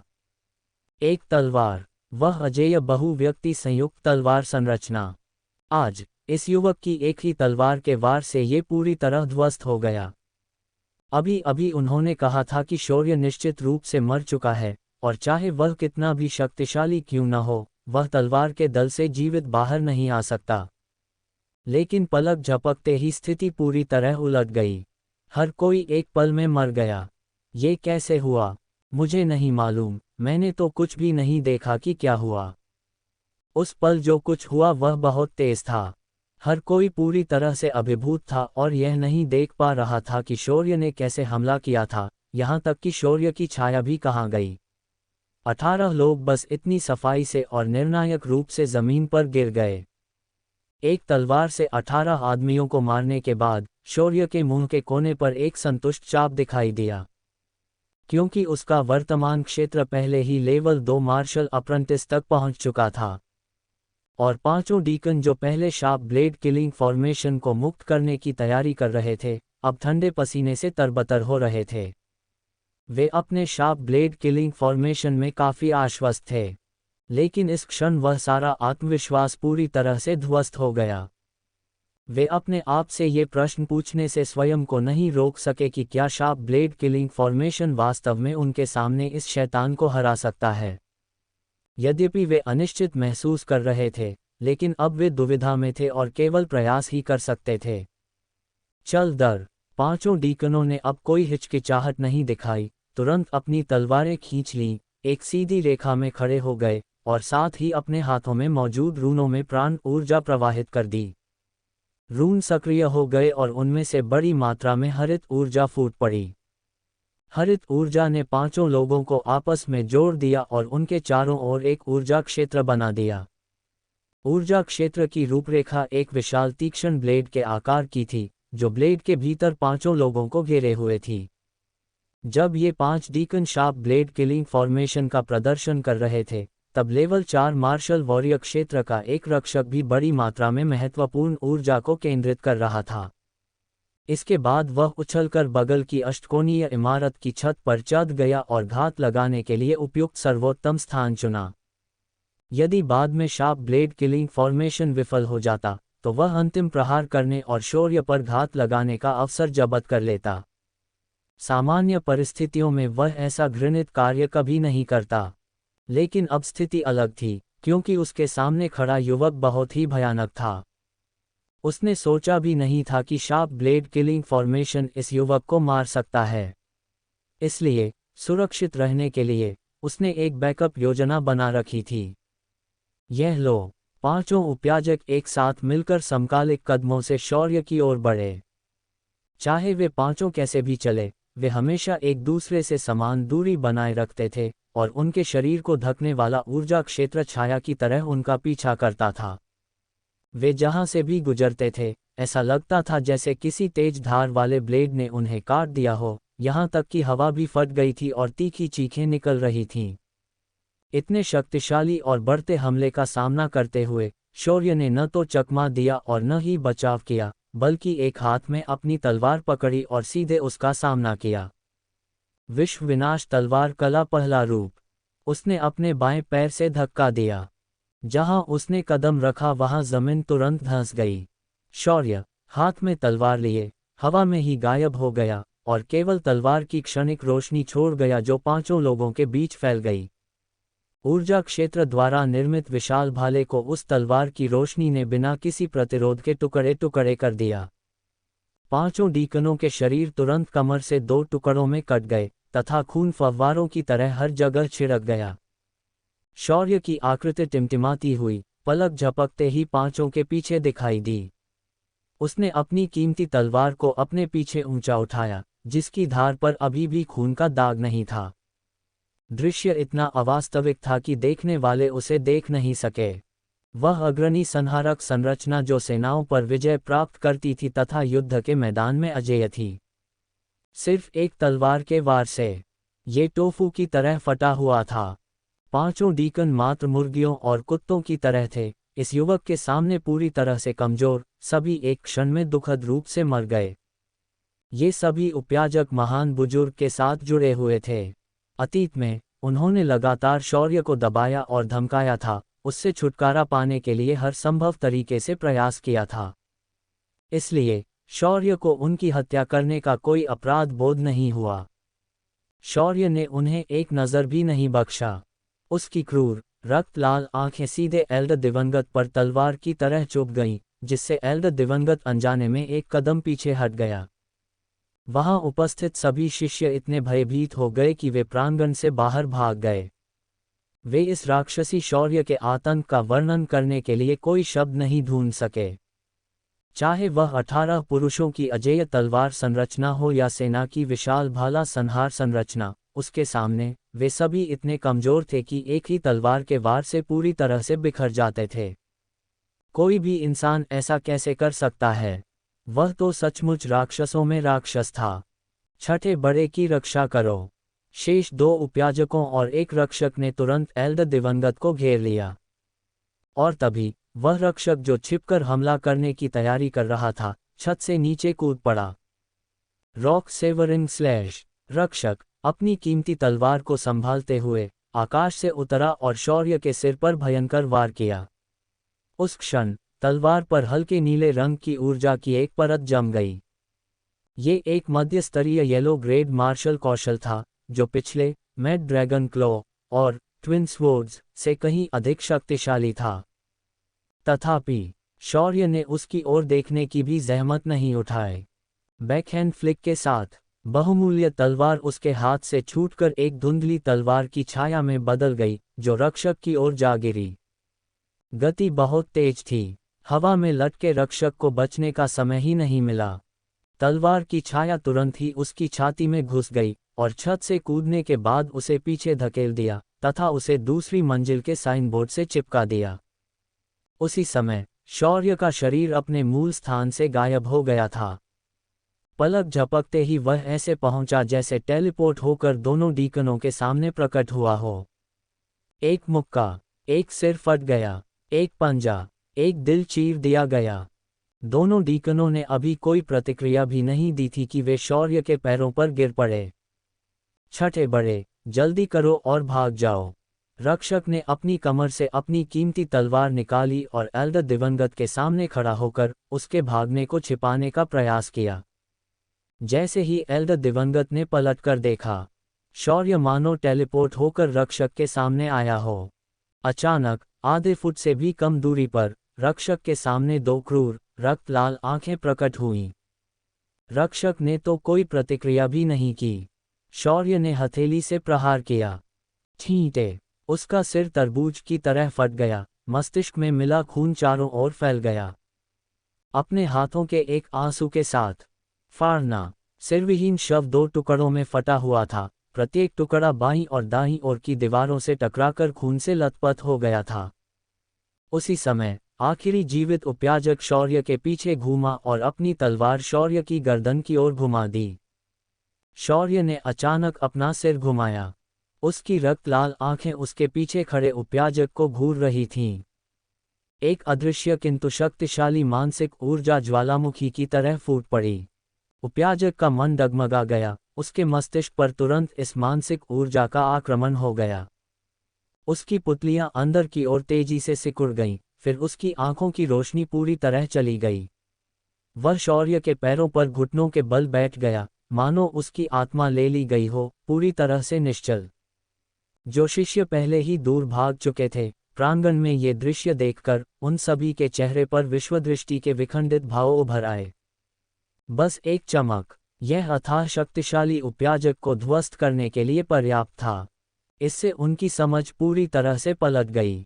उपयाजक को एक तीखी नज़र से गिराने के बाद शौर्य ने लापरवाही से उसके हाथ से तलवार पकड़ ली और उसे आगे फेंक दिया। बहुमूल्य तलवार एक ठंडी रोशनी में बदल गई और बाहर निकल गई। उसी क्षण एल्डर दिवंगत, जो पहले से ही आंगन के प्रवेश द्वार की ओर भाग चुका था, को अचानक खतरे का तीव्र एहसास हुआ, जिससे उसके कदम अनायास ही रुक गए और उसका शरीर वहीं जम गया। और जैसे ही वह रुका, एक ठंडी रोशनी उसके गाल को छूती हुई गुजरी। ठंडी रोशनी क्षणिक थी। अगले ही पल एक बहुमूल्य तलवार अचानक आंगन के दरवाजे के चौखट में धंस गई। ब्लेड अवशिष्ट संवेग से लगातार कंपन कर रहा था, उसकी रूपरेखा धुंधली हो गई थी, जिससे क्लैंग क्लैंग जैसी ध्वनि निकल रही थी। इस बीच एल्डर दिवंगत अपनी दौड़ने की मुद्रा में स्थिर रहा, हिलने में असमर्थ। उसने अपने माथे से आंखों में बहते ठंडे पसीने को पोंछने की भी हिम्मत नहीं की। अभी उस क्षण, यदि वह समय पर न रुकता, तो वह उड़ती हुई तलवार उसे छेद देती। मैंने तुमसे कहा था, तुम आज मर जाओगे। शौर्य ने अपने मुंह और नाक से गर्म सांस छोड़ी, एक बार में एक कदम एल्डर दिवंगत की ओर बढ़ा। हर कदम के साथ, जहां उसके पैर जमीन पर पड़ते थे, वहां से बड़ी मात्रा में गर्म भाप उठती थी, मानो वह भाप युद्ध का देवता हो। नहीं, नहीं, नहीं, करीब मत आओ। एल्डर दिवंगत ने जल्दी से तलवार दरवाजे के फ्रेम से खींच ली और पास में खड़े झांग वेई की ओर झपटा। अपनी आंखों से शौर्य की गति को देखने के बाद वह जानता था कि शौर्य से बचना असंभव था, इसलिए वह खुद को बचाने के लिए केवल एक बंधक को पकड़ सकता था। एल्डर दिवंगत जल्दी से झांग वेई के पीछे गया और तलवार झांग वेई की गर्दन पर रख दी। एक और कदम उठाओ और मैं उसे मार डालूंगा। जैसे ही उसने बोलना समाप्त किया, एल्डर दिवंगत को लगा कि उसके हाथ में रखी कीमती तलवार अचानक हल्की हो गई है, मानो उसका वजन कम हो गया हो। अपने हाथ में तलवार को अच्छी तरह देखो। शौर्य ने एल्डर दिवंगत को तिरस्कार से देखा। ये सुनकर एल्डर दिवंगत ने अपना सिर नीचे करके देखा और यह देखकर भयभीत हो गया कि उसके हाथ में जो कीमती तलवार थी, वह केवल एक खाली मूठ थी, उसमें कोई ब्लेड नहीं था। उसका दिमाग तुरंत खाली हो गया। ये कैसे संभव है? जब उन्होंने उसे दरवाजे के फ्रेम से बाहर निकाला तो वह स्पष्ट रूप से एक पूरी तलवार थी। ब्लेड अचानक कैसे गायब हो सकता है? एल्डर दिवंगत ने भयभीत होकर शौर्य की ओर देखा, उसकी पुतलियां तुरंत ही तेजी से अंदर की ओर सिकुड़ गईं। इस समय शौर्य अपने दाहिने हाथ की दो उंगलियों के बीच एक टूटी हुई तलवार पकड़े हुए था। एल्डर दिवंगत के हाथ में ये टूटी हुई तलवार की धार और मूठ मिलकर एक बहुमूल्य तलवार का रूप ले चुकी थी। नहीं, कोई रास्ता नहीं। एल्डर दिवंगत को अपनी आंखों के सामने घटित हो रहे दृश्य पर विश्वास ही नहीं हो रहा था। क्या इस राक्षस की गति पहले ही इस स्तर तक पहुंच चुकी थी?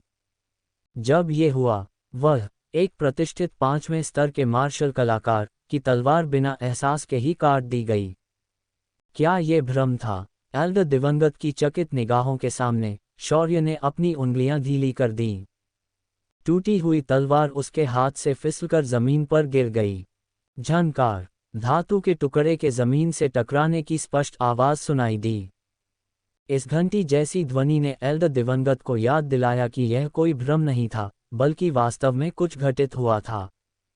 एल्डर दिवंगत तुरंत निराशा में डूब गया। गहरी निराशा। 5वें स्तर के मार्शल आर्टिस्ट के रूप में वह इस समय लड़ने की अपनी इच्छा पूरी तरह से खो चुका था और शौर्य से दया की भीख मांग रहा था। मुझे मत मारो। मैंने जो कुछ भी किया वह महान बुजुर्ग के आदेश के तहत था। यदि आप किसी को मारना चाहते हैं तो उसे मार दें। उसने मुझे बैरन माउंटेन रेंज में मेरिडियन सेवरिंग और रिकनेक्शन ग्रास के बारे में अफवाह फैलाने का आदेश दिया, और उसने मुझे तुम्हें फंसाने का भी आदेश दिया। उसका लक्ष्य तुम्हें और तुम्हारे पिता से छुटकारा पाना और लिन परिवार पर नियंत्रण करना है। महान बुजुर्ग। शौर्य को आश्चर्य नहीं हुआ। परिवार के मुखिया के पद को हथियाने की महान बुजुर्ग की इच्छा नई नहीं थी, इसलिए शौर्य को लंबे समय से संदेह था कि वह इन मामलों के पीछे था। लेकिन इससे शौर्य के एल्डर दिवंगत को मारने के दृढ़ संकल्प में कोई बाधा नहीं आई। चिंता मत करो, मैं उसे बाद में तुम्हें देखने के लिए भेज दूंगा। अब तुम मर सकते हो। शौर्य ने जमीन से एक पूरी तलवार उठाई। उसकी खूनी लाल आंखों में एक खौफनाक हत्या का इरादा चमक रहा था। और तभी एक आकृति आकाश से उतरी। मेरा हाथ पकड़। जैसे ही अपना हाथ पकड़ो शब्द सुने गए, शौर्य का आकार जहां वह खड़ा था वहां से गायब हो गया। लगभग एक साथ वह एल्डर दिवंगत के पीछे प्रकट हुआ, मानो टेलीपोर्ट हो रहा हो। एल्डर दिवंगत की गर्दन पर तलवार की रोशनी की एक चमक दौड़ गई। दरार। उसकी गर्दन टूट गई। उसका सिर उसके शरीर से अलग हो गया, हवा में कई बार घूमा और जमीन पर आ गिरा, जिससे हर जगह खून फैल गया। सिरविहीन लाश कठपुतली की तरह अकड़कर और शक्तिहीन होकर शौर्य के पीछे गिर पड़ी। और वह आकृति जो आकाश से उतरी थी, अब शौर्य के ठीक सामने आ गई और उसे रक्तवर्ण आंखों से घूरने लगी। नवागंतुक एक अधेड़ उम्र का आदमी था जो हरे रंग का लबादा पहने हुए था, लगभग 50 साल का। उसके सिर पर चोटी थी और उसके काले और सफ़ेद बाल 2 फीट से ज्यादा लंबे लटक रहे थे। ये व्यक्ति देव परिवार का तीसरा बुजुर्ग एल्डर सुकेतु था। पहले बड़े बड़े एल्डर शिवांग, तीसरे बड़े एल्डर सुकेतु और छठे बड़े एल्डर दिवंगत सभी सगे भाई थे। एल्डर दिवंगत को शौर्य द्वारा मौके पर ही मारा गया देखकर एल्डर सुकेतु अपने बड़े भाई के रूप में क्रोधित कैसे नहीं हो सकता था। इसके अलावा जब वह अभी आया था तो उसने स्पष्ट रूप से उन्हें रुकने के लिए कहा था, लेकिन शौर्य ने उसे पूरी तरह से अनदेखा कर दिया, उसकी बातों को बिल्कुल भी गंभीरता से नहीं लिया। वह इसे कैसे बर्दाश्त कर सकता था? विद्रोही बेटे, मैं तुम्हें टुकड़े टुकड़े कर दूंगा। एल्डर सुकेतु ने दहाड़ते हुए अपनी कमर से कीमती तलवार निकाली। एक भयावह आभा फूट पड़ी, जिससे चारों ओर धूल उड़ने लगी। एल्डर दिवंगत के विपरीत, जिसने अपना सारा जीवन व्यभिचार में बिताया, एल्डर सुकेतु अविश्वसनीय रूप से शक्तिशाली था। वह मार्शल योद्धा क्षेत्र के 7वें स्तर पर एक मजबूत विशेषज्ञ था। पूरे पिंडारी सिटी में उन्हें शीर्ष 30 विशेषज्ञों में गिना जा सकता था। पागल ड्रैगन पर्वत विभाजित। एल्डर दिवंगत के हाथ में लंबी तलवार पर हल्के पीले रंग की ऊर्जा ढाल की एक परत जमी हुई थी। इस ऊर्जा ढाल की रूपरेखा एक उड़ते हुए विशालकाय ड्रैगन जैसी थी। ये वास्तव में पीला स्तरीय उच्च श्रेणी मार्शल कौशल था, मैड ड्रैगन माउंटेन स्प्लिट। पीला स्तर उच्च ग्रेड उच्चतम स्तर का मार्शल कौशल था जिसे एल्डर सुकेतु संभवतः प्राप्त कर सकता था। इस मैड ड्रैगन माउंटेन स्प्लिट को भी पूरे देव परिवार में सर्वश्रेष्ठ मार्शल आर्ट में से एक माना जाता था। इसकी शक्ति भयानक थी। ये कहना अतिशयोक्ति होगी कि ये पहाड़ को चीर सकता है, लेकिन चट्टानों को चीरना आसान था। यदि ये हमला किसी व्यक्ति पर हुआ, तो मार्शल मास्टर दायरे से नीचे का कोई भी व्यक्ति जीवित नहीं बचेगा। एल्डर सुकेतु को इतना शक्तिशाली हमला करते देख पुष्पेश, जो पास में खड़ा था, शौर्य के लिए ठंडा पसीना बहाए बिना नहीं रह सका। तथापि शौर्य ने एल्डर सुकेतु को पूरी तरह से नज़रअंदाज कर दिया, उसकी ओर पीठ कर ली और पुष्पेश से कहा, सुनो, मैं तुम्हें अब एक बहुत ही महत्वपूर्ण कार्य देने जा रहा हूँ। पुष्पेश पूरी तरह से स्तब्ध रह गया, उसकी आंखें सदमे और भय से भरी हुई थीं। मार्शल योद्धा क्षेत्र के 7वें स्तर का एक मजबूत विशेषज्ञ उसके ठीक पीछे एक पीले स्तर के उच्च ग्रेड मार्शल कौशल को उजागर कर रहा था, फिर भी उसने इसे पूरी तरह से नज़रअंदाज कर दिया। ये तो घोर अवमानना थी। तुम्हारी हिम्मत कैसे हुई मुझे इस तरह से तुच्छ समझने की? मैं तुम्हें टुकड़े टुकड़े कर दूंगा। एल्डर सुकेतु गुस्से और शर्मिंदगी में दहाड़ा, जमीन से उछला और दोनों हाथों से तलवार पकड़कर उस शौर्य के सिर पर गिरा दिया। उस तलवार के प्रहार में बहुत शक्तिशाली गति थी। वह तलवार का प्रहार विनाशकारी था। वह तलवार का वार अजेय था। लेकिन शौर्य ने अभी भी ऐसा अभिनय किया जैसे उसने कुछ नहीं देखा हो और पुष्पेश से कहना जारी रखा, मेरे लिए एक शोधन भट्टी तैयार करो और कई शोधन सामग्री, तिरंगा घास, बैंगनी सोने का फूल, 7 मील की खुशबू। जब वह बोल रहा था, तलवार का वार शौर्य के सिर के ऊपर तक पहुंच चुका था। ठीक तभी शौर्य का बायां हाथ अचानक ऊपर की ओर उठ गया। 2 अंगुलियों के बीच एक आकस्मिक चुटकी के साथ तलवार का वह अजेय प्रहार तुरंत उसकी 2 अंगुलियों के बीच रुक गया। उस तलवार के प्रहार से उत्पन्न ऊर्जा इस क्षण पूरी तरह लुप्त हो गई। एल्डर सुकेतु की पुतलियां अंदर की ओर सिकुड़ गईं और वह तुरंत निराशा में डूब गया। शौर्य ने पीछे मुड़कर उसकी ओर देखने की भी जहमत नहीं उठाई। उसने अपनी तलवार उठाई और उसे पीछे की ओर घुमाया। स्विश! एक पंखे के आकार की तलवार जैसी ऊर्जा बाहर निकली। एल्डर सुकेतु, जो अभी तक उतरा नहीं था, तुरंत कमर से आधा कट गया। दरार! 5 मीटर दूर स्थित शहर की दीवार भी उसी समय उस तलवार की ऊर्जा से आधी कट गई और कटाव 1 दर्जन मीटर से अधिक तक फैल गया। दीवार बीच में से टूट गई और उसका ऊपरी आधा हिस्सा नीचे खिसक कर जमीन पर गिर गया तथा धूल का गुबार उठ गया। एल्डर सुकेतु के दोनों अंग जमीन पर गिर गए, उसकी गोल आंखें स्थिर होकर आसमान की ओर देख रही थीं, जो मौत में बंद होने को तैयार नहीं थीं। उसने कभी कल्पना भी नहीं की थी कि उसके पूरे बल के हमले को एक युवक अपनी 2 अंगुलियों से रोक लेगा। उसने तो ये भी नहीं सोचा था कि वह एक युवा के हाथों इतनी आसानी से मर जाएगा। पुष्पेश की अभिव्यक्ति पूरी तरह से जम गई। उसके सामने के दृश्य ने उसकी ताकत की समझ को पूरी तरह से उलट दिया। मार्शल योद्धा क्षेत्र के 7वें स्तर का एक विशेषज्ञ उसके सामने इतना कमजोर था। एक चाल, अभी भी एक कदम, उसने बिना देखे ही उसे मार डाला और बिना किसी कठिनाई के। ये किस प्रकार की स्वर्ग विरोधी शक्ति थी? बिल्कुल अकल्पनीय। एल्डर सुकेतु को मारने के बाद शौर्य को अपने शरीर में अचानक झटका महसूस हुआ और उसका क्षेत्र तुरंत मार्शल अप्रेंटिस के 3रे स्तर तक पहुंच गया। टूटे हुए डेंटियन वाले एक अपंग से 3रे स्तर के मार्शल अप्रेंटिस तक पहुंचने में उसे बस कुछ ही मिनट लगे। स्वर्ग को चुनौती देने वाली यह गति दिव्य क्षेत्र में किसी भी महान शक्ति को शर्मिंदा करने के लिए पर्याप्त थी। शौर्य ने अपनी उंगलियों के बीच दबी तलवार को गिरा दिया और पुष्पेश से बात करना जारी रखा जैसे कि कुछ भी नहीं हुआ था। इन चीजों को दोपहर को किंग्यून चैम्बर ऑफ कॉमर्स के प्रवेश द्वार पर समय पर पहुंचा दो। क्या तुम ऐसा कर सकते हो? पुष्पेश अंततः अपने सदमे से उबर गया। चिंता मत करो, मेरा जीवन मुझे यंग मास्टर द्वारा दिया गया था। भले ही मुझे इस जीवन को जोखिम में डालना पड़े, मैं निश्चित रूप से यंग मास्टर द्वारा मुझे दिया गया कार्य पूरा करूंगा। हालांकि वह नहीं जानता था कि शौर्य को ये सामान किस लिए चाहिए, लेकिन पुष्पेश ने कभी भी बहुत ज्यादा सवाल नहीं पूछे। जब तक शौर्य आदेश देता, वह ऐसा करता।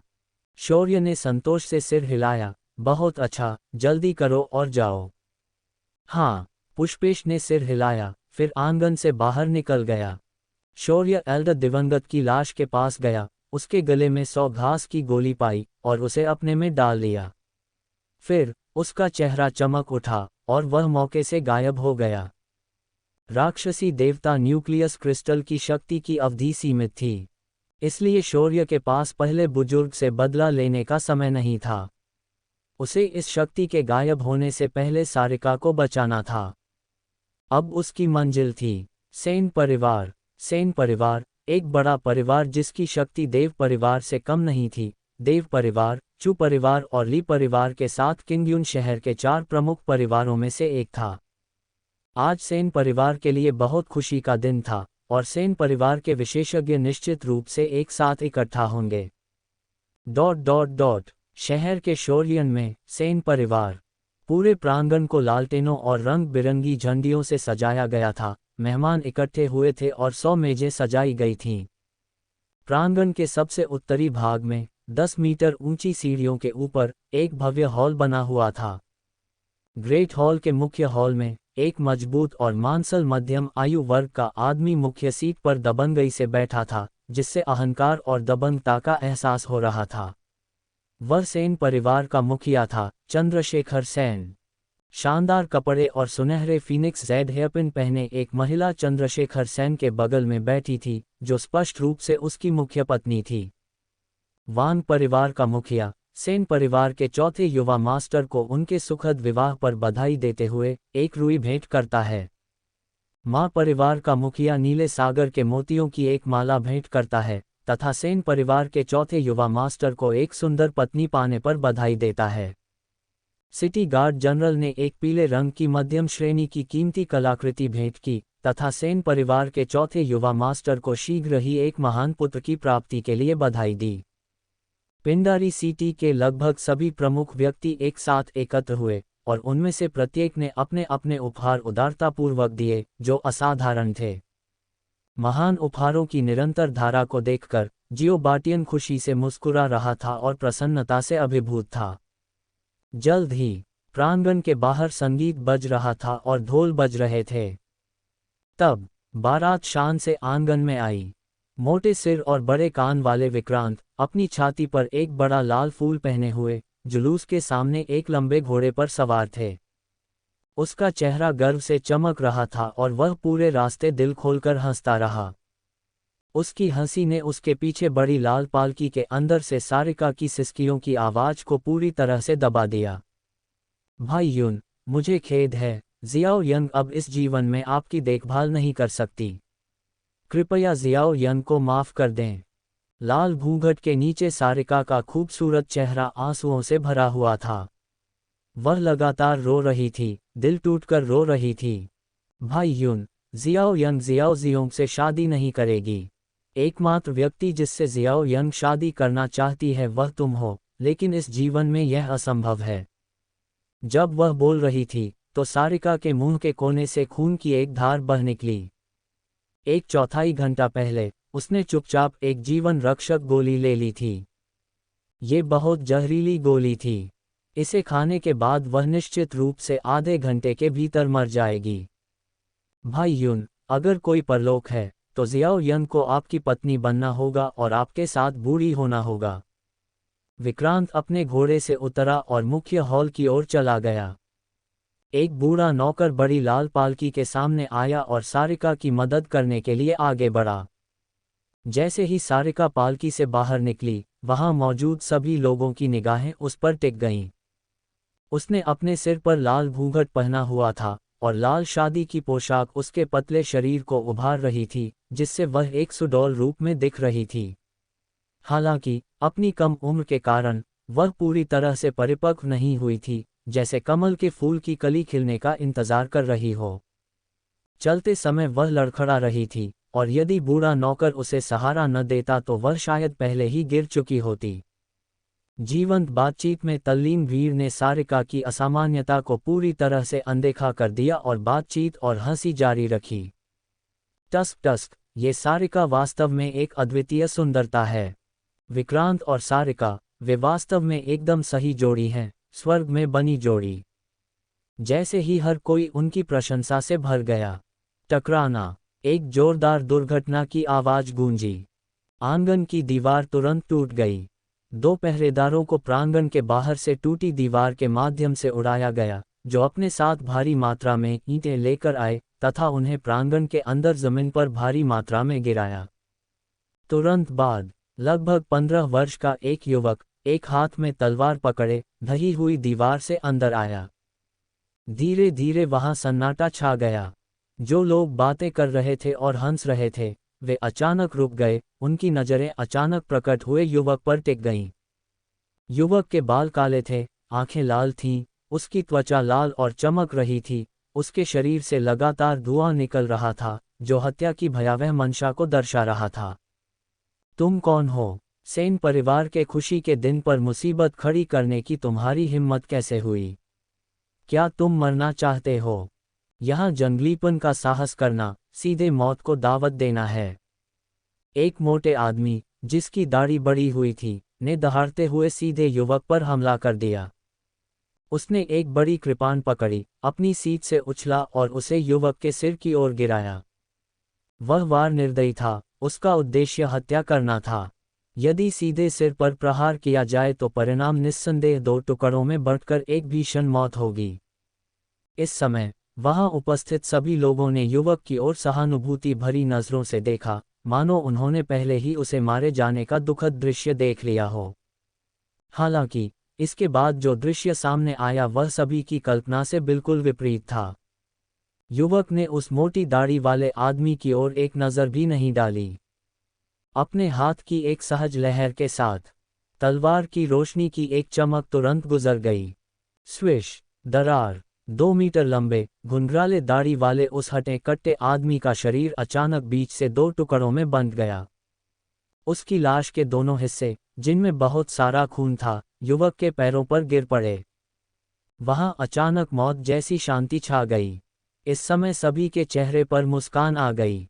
आंखें चौड़ी करके तश्तरियों की तरह 2 टुकड़ों में बंटी लाश को स्तब्ध होकर देख रहे थे। क्या जो गो, एक स्तर 5 मार्शल प्रशिक्षु, वास्तव में इस युवक द्वारा एक ही तलवार के वार से मारा गया था? क्या ये सच है? मैं कुछ नहीं देख रहा हूं, है ना? ये युवक वास्तव में कौन है?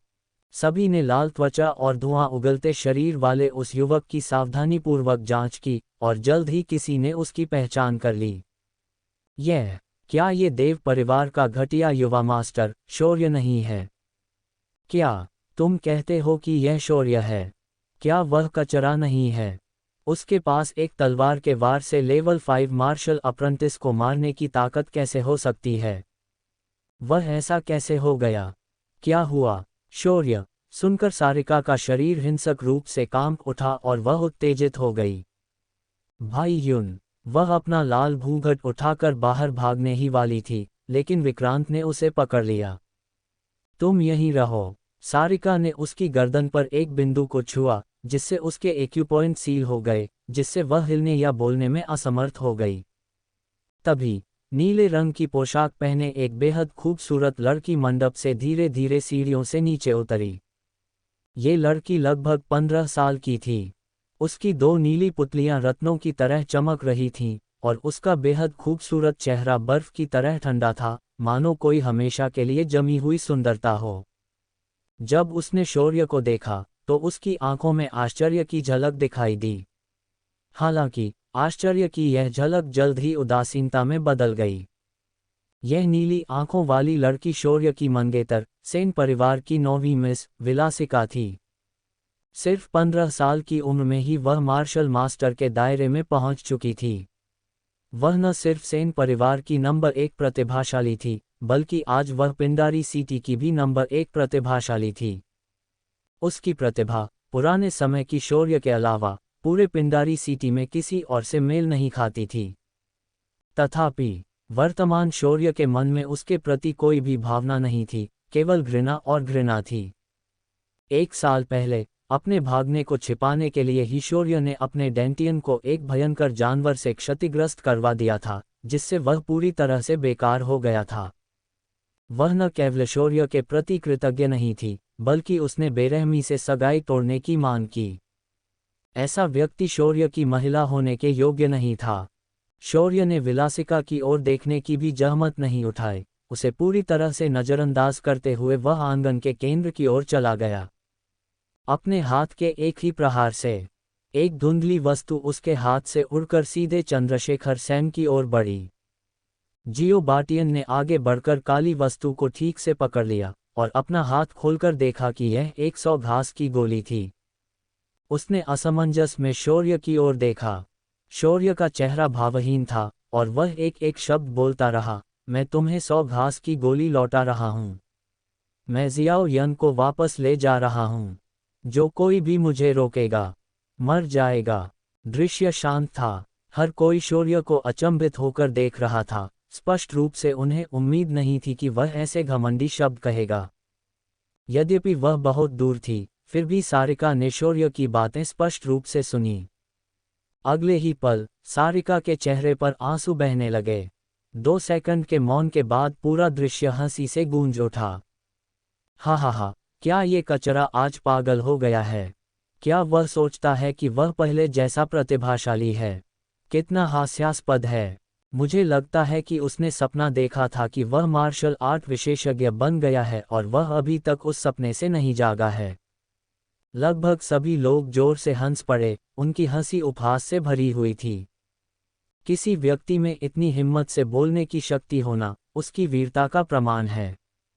शक्तिहीन बेकार व्यक्ति के लिए ये सिर्फ आत्मअपमान है। सबकी नज़रों में शौर्य आज खुद को अपमानित करने आया था।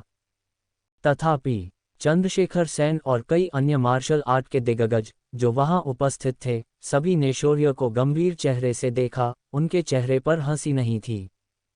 जो लोग अभी भी हंस रहे थे, उन्होंने जल्द ही असामान्य माहौल को भांप लिया और तुरंत मजाक करना बंद कर दिया। आज मेरे बेटे का खुशी का दिन है और मैं उसे मारना नहीं चाहता। इसलिए मैं तुम्हें एक मौका देता हूं, खुद को अपंग बना लो और चले जाओ, और जो कुछ हुआ है उसे मैं जाने दूंगा। जियो बाटियन ने शौर्य से शांति से कहा। उसका स्वर धमकी से भरा था। तथापि शौर्य की प्रतिक्रिया ये थी कि उसने अपनी तलवार एक हाथ में पकड़ी, उसे तिरछे जमीन की ओर इंगित किया और मुख्य हॉल की ओर कदम से कदम बढ़ाया। उसका मतलब स्पष्ट था, जो कोई भी उसे रोकता है वह मर जाता है। रोको उसे। जियो बाटियन का चेहरा काला पड़ गया और वह चिल्लाया। जैसे ही उसने बोलना समाप्त किया, 1 दर्जन से अधिक गार्ड भीड़ से बाहर निकले, अपनी कमर से लंबी तलवारें निकाली और शौर्य को घेर लिया। शौर्य की नज़र मुख्य हॉल के अंदर सारिका पर ही टिकी रही। उसने इन गार्डों पर एक नज़र भी नहीं डाली। जिस क्षण वे पहरेदार उसके पास पहुंचे, अपने एक हाथ की लहर से शौर्य के हाथ में रखी कीमती तलवार अचानक गायब हो गई। केवल तलवार की रोशनी की धारियां ही तुरंत चमक उठीं। Swish swish swish. पहली पंक्ति में बाईं ओर के कई लोगों के सिर धड़ से अलग कर दिए गए। दूसरी लकीर में दाईं ओर के कई लोगों को कमर से आधा काट दिया गया। तीसरी पंक्ति में बीच में खड़े कई लोग 2 हिस्सों में बंट गए। जैसे ही वे शौर्य के करीब पहुंचे, सभी रक्षक उसकी तलवार के नीचे दुखद रूप से मर गए। और शौर्य के आगे बढ़ते कदमों में जरा सी भी बाधा नहीं आई। वह अभी भी लगातार मुख्य हॉल की ओर बढ़ रहा था। हर कदम मौत की घंटी की तरह बज रहा था। पलक झपकते ही 1 दर्जन से अधिक सुरक्षाकर्मियों की बेरहमी से हत्या कर दी गई। इस दृश्य ने वहां उपस्थित सभी लोगों को आश्चर्यचकित कर दिया। सभी गार्ड एक ही पल में मारे गए। मैंने कुछ गलत नहीं देखा, है ना? उसने ऐसा कैसे किया? क्या वह अपंग नहीं है? वह इतना शक्तिशाली कैसे हो गया है? मैं तो उसकी तलवार की चाल भी स्पष्ट रूप से नहीं देख पा रहा हूं। ये किस प्रकार की तलवार चाल है? वीर के उत्साह के बीच हरे रंग का लबादा पहने एक युवक आगे आया। इस युवक के बाल लंबे थे, वह तेज तर्रार और बेबाक था, तथा उसकी पीठ पर एक काली तलवार लटक रही थी। वह बिल्कुल किसी महान नायक जैसा दिख रहा था। उसने शौर्य को दिलचस्पी से देखा, फिर चंद्रशेखर सेन से कहा, कुलपति जियाओ, इस बच्चे की तलवारबाजी काफ़ी दिलचस्प है। ये संयोग ही है कि मैं भी तलवारबाजी के बारे में 1-2 बातें जानता हूँ। क्या आप मुझे इस बच्चे से निपटने देंगे? चंद्रशेखर सेन ने युवक की ओर देखा, फिर आश्वस्त होकर सिर हिलाया। तभी युवक ने अपनी पीठ से तलवार निकाली और शौर्य की ओर बढ़ा। मेरा नाम लक्ष्मण सेन है। मैं ही आपकी तलवारबाजी का अनुभव लूंगा। मुझे उम्मीद है कि आप मुझे निराश नहीं करेंगे। युवक की बातें सुनकर सभी की आंखें अविश्वास से चौड़ी हो गईं। लक्ष्मण सेन, एक मार्शल आर्ट विशेषज्ञ जो साधारण पृष्ठभूमि से उठे। हालांकि वह अक्सर विनम्रतापूर्वक कहता था कि वह तलवारबाजी के बारे में बहुत कम जानता है, लेकिन हर कोई जानता था कि पिंडारी सिटी के नंबर 1 तलवारबाज का खिताब उसका था। यद्यपि वह केवल छठे स्तर का मार्शल कलाकार था, लेकिन जब तलवारबाजी की बात आई तो पिंडारी सिटी के नगर स्वामी को भी हार माननी पड़ी। ये सचमुच अप्रत्याशित था कि इतनी प्रमुख हस्ती स्वेच्छा से एक युवक के साथ तलवारबाजी में भाग लेगी।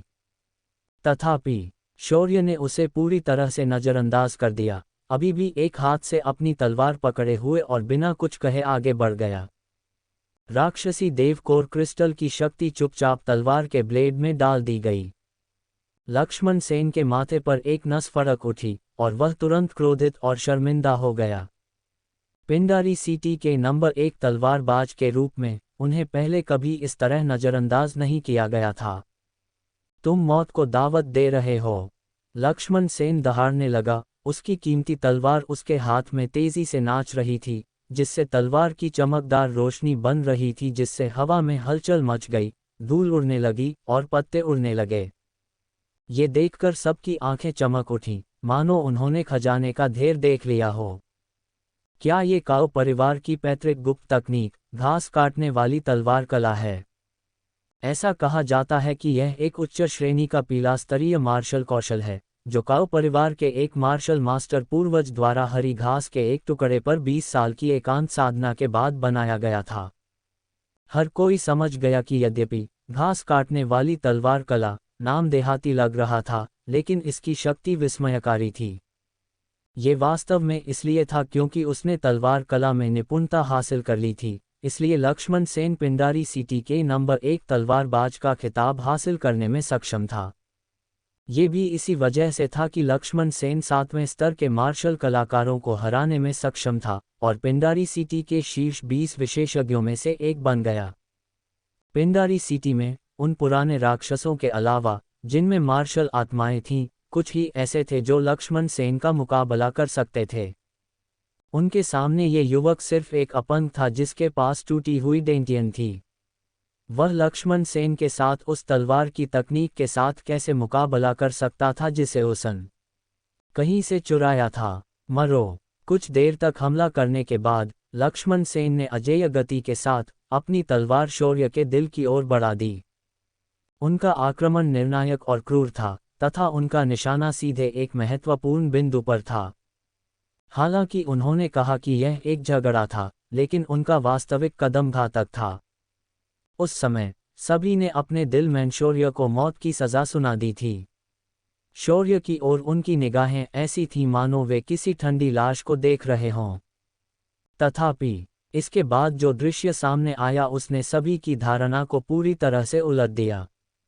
जैसे ही वह तलवार शौर्य की छाती को छेदने वाली थी, विश्व विनाश दिव्य तलवार तकनीक दूसरी शैली शौर्य की आकृति टिमटिमाती हुई भूत की तरह अपने मूल स्थान से गायब हो गई। केवल 2 क्षणभंगुर तलवार की रोशनी पीछे रह गई थी, जो एक उल्टे क्रॉस का आकार बना रही थी, जैसे कि लक्ष्मण सेन के शरीर पर एक बड़ा कांटा उतरा हो। पलक झपकते ही शौर्य का रूप लक्ष्मण सेन के पीछे प्रकट हुआ। वह अभी भी एक हाथ से अपनी तलवार पकड़े हुए आगे बढ़ रहा था, हमेशा की तरह उस पर खून की एक बूंद भी नहीं थी। दरार। लक्ष्मण सेन का शरीर उसकी छाती के बीच से समान रूप से विभाजित हो गया, तुरंत टुकड़ों में बिखर गया और खून के छींटे के साथ जमीन पर गिर गया। वहां तुरंत ही मौत जैसा सन्नाटा छा गया।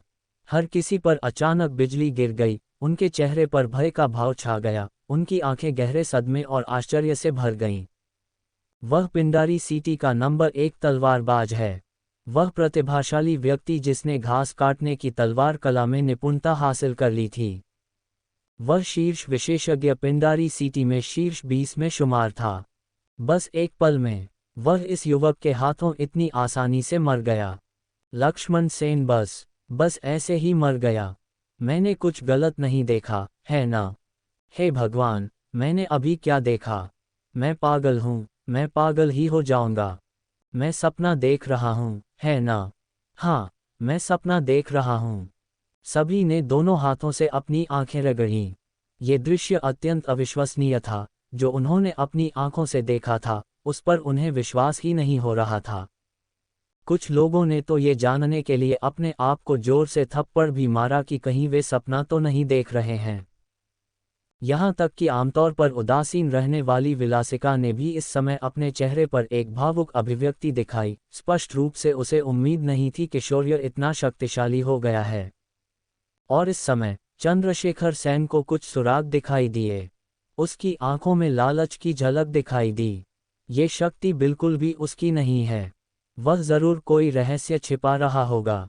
तुम सब जाओ, उसे जिंदा पकड़ लो। चंद्रशेखर सेन के आदेश का पालन करते हुए सैकड़ों गार्ड आगे बढ़े। सभी ने अपने हथियार निकाले और शौर्य को घेर लिया। इस बार सेन परिवार के लगभग सभी रक्षक जुटाए गए थे। इनमें से अधिकांश गार्ड स्तर 4 के मार्शल प्रशिक्षु थे तथा कुछ स्तर 5 के मार्शल प्रशिक्षु थे, लेकिन संख्या में वे अधिक थे। इसके अलावा वे सभी कवच पहने हुए थे, जिससे साधारण हल्के हथियारों के लिए उन्हें भेदना मुश्किल हो गया। सैकड़ों गार्डों का सामना करते हुए शौर्य की अभिव्यक्ति अपरिवर्तित रही। एक हाथ से अपनी तलवार पकड़े हुए अजेय गति के साथ आगे बढ़ रहा था। तीक्ष्ण तलवारों से वार किया। शौर्य ने एक ही तलवार से उन्हें काट डाला। नुकीले लंबे भालों के प्रहार को शौर्य ने एक ही तलवार से काट डाला। कांस्य कवच, स्टील ढाल, लंबा, छोटा, मोटा, पतला शरीर, शौर्य ने उन सभी को एक ही तलवार से काट डाला। तलवारें और ब्लेड टकराए, खून बिखरा। शौर्य के हर कदम के साथ बड़ी संख्या में अधूरी लाशें उसके पैरों पर गिर रही थीं। ये सचमुच एक कदम से 10 लोगों को मारने जैसा था।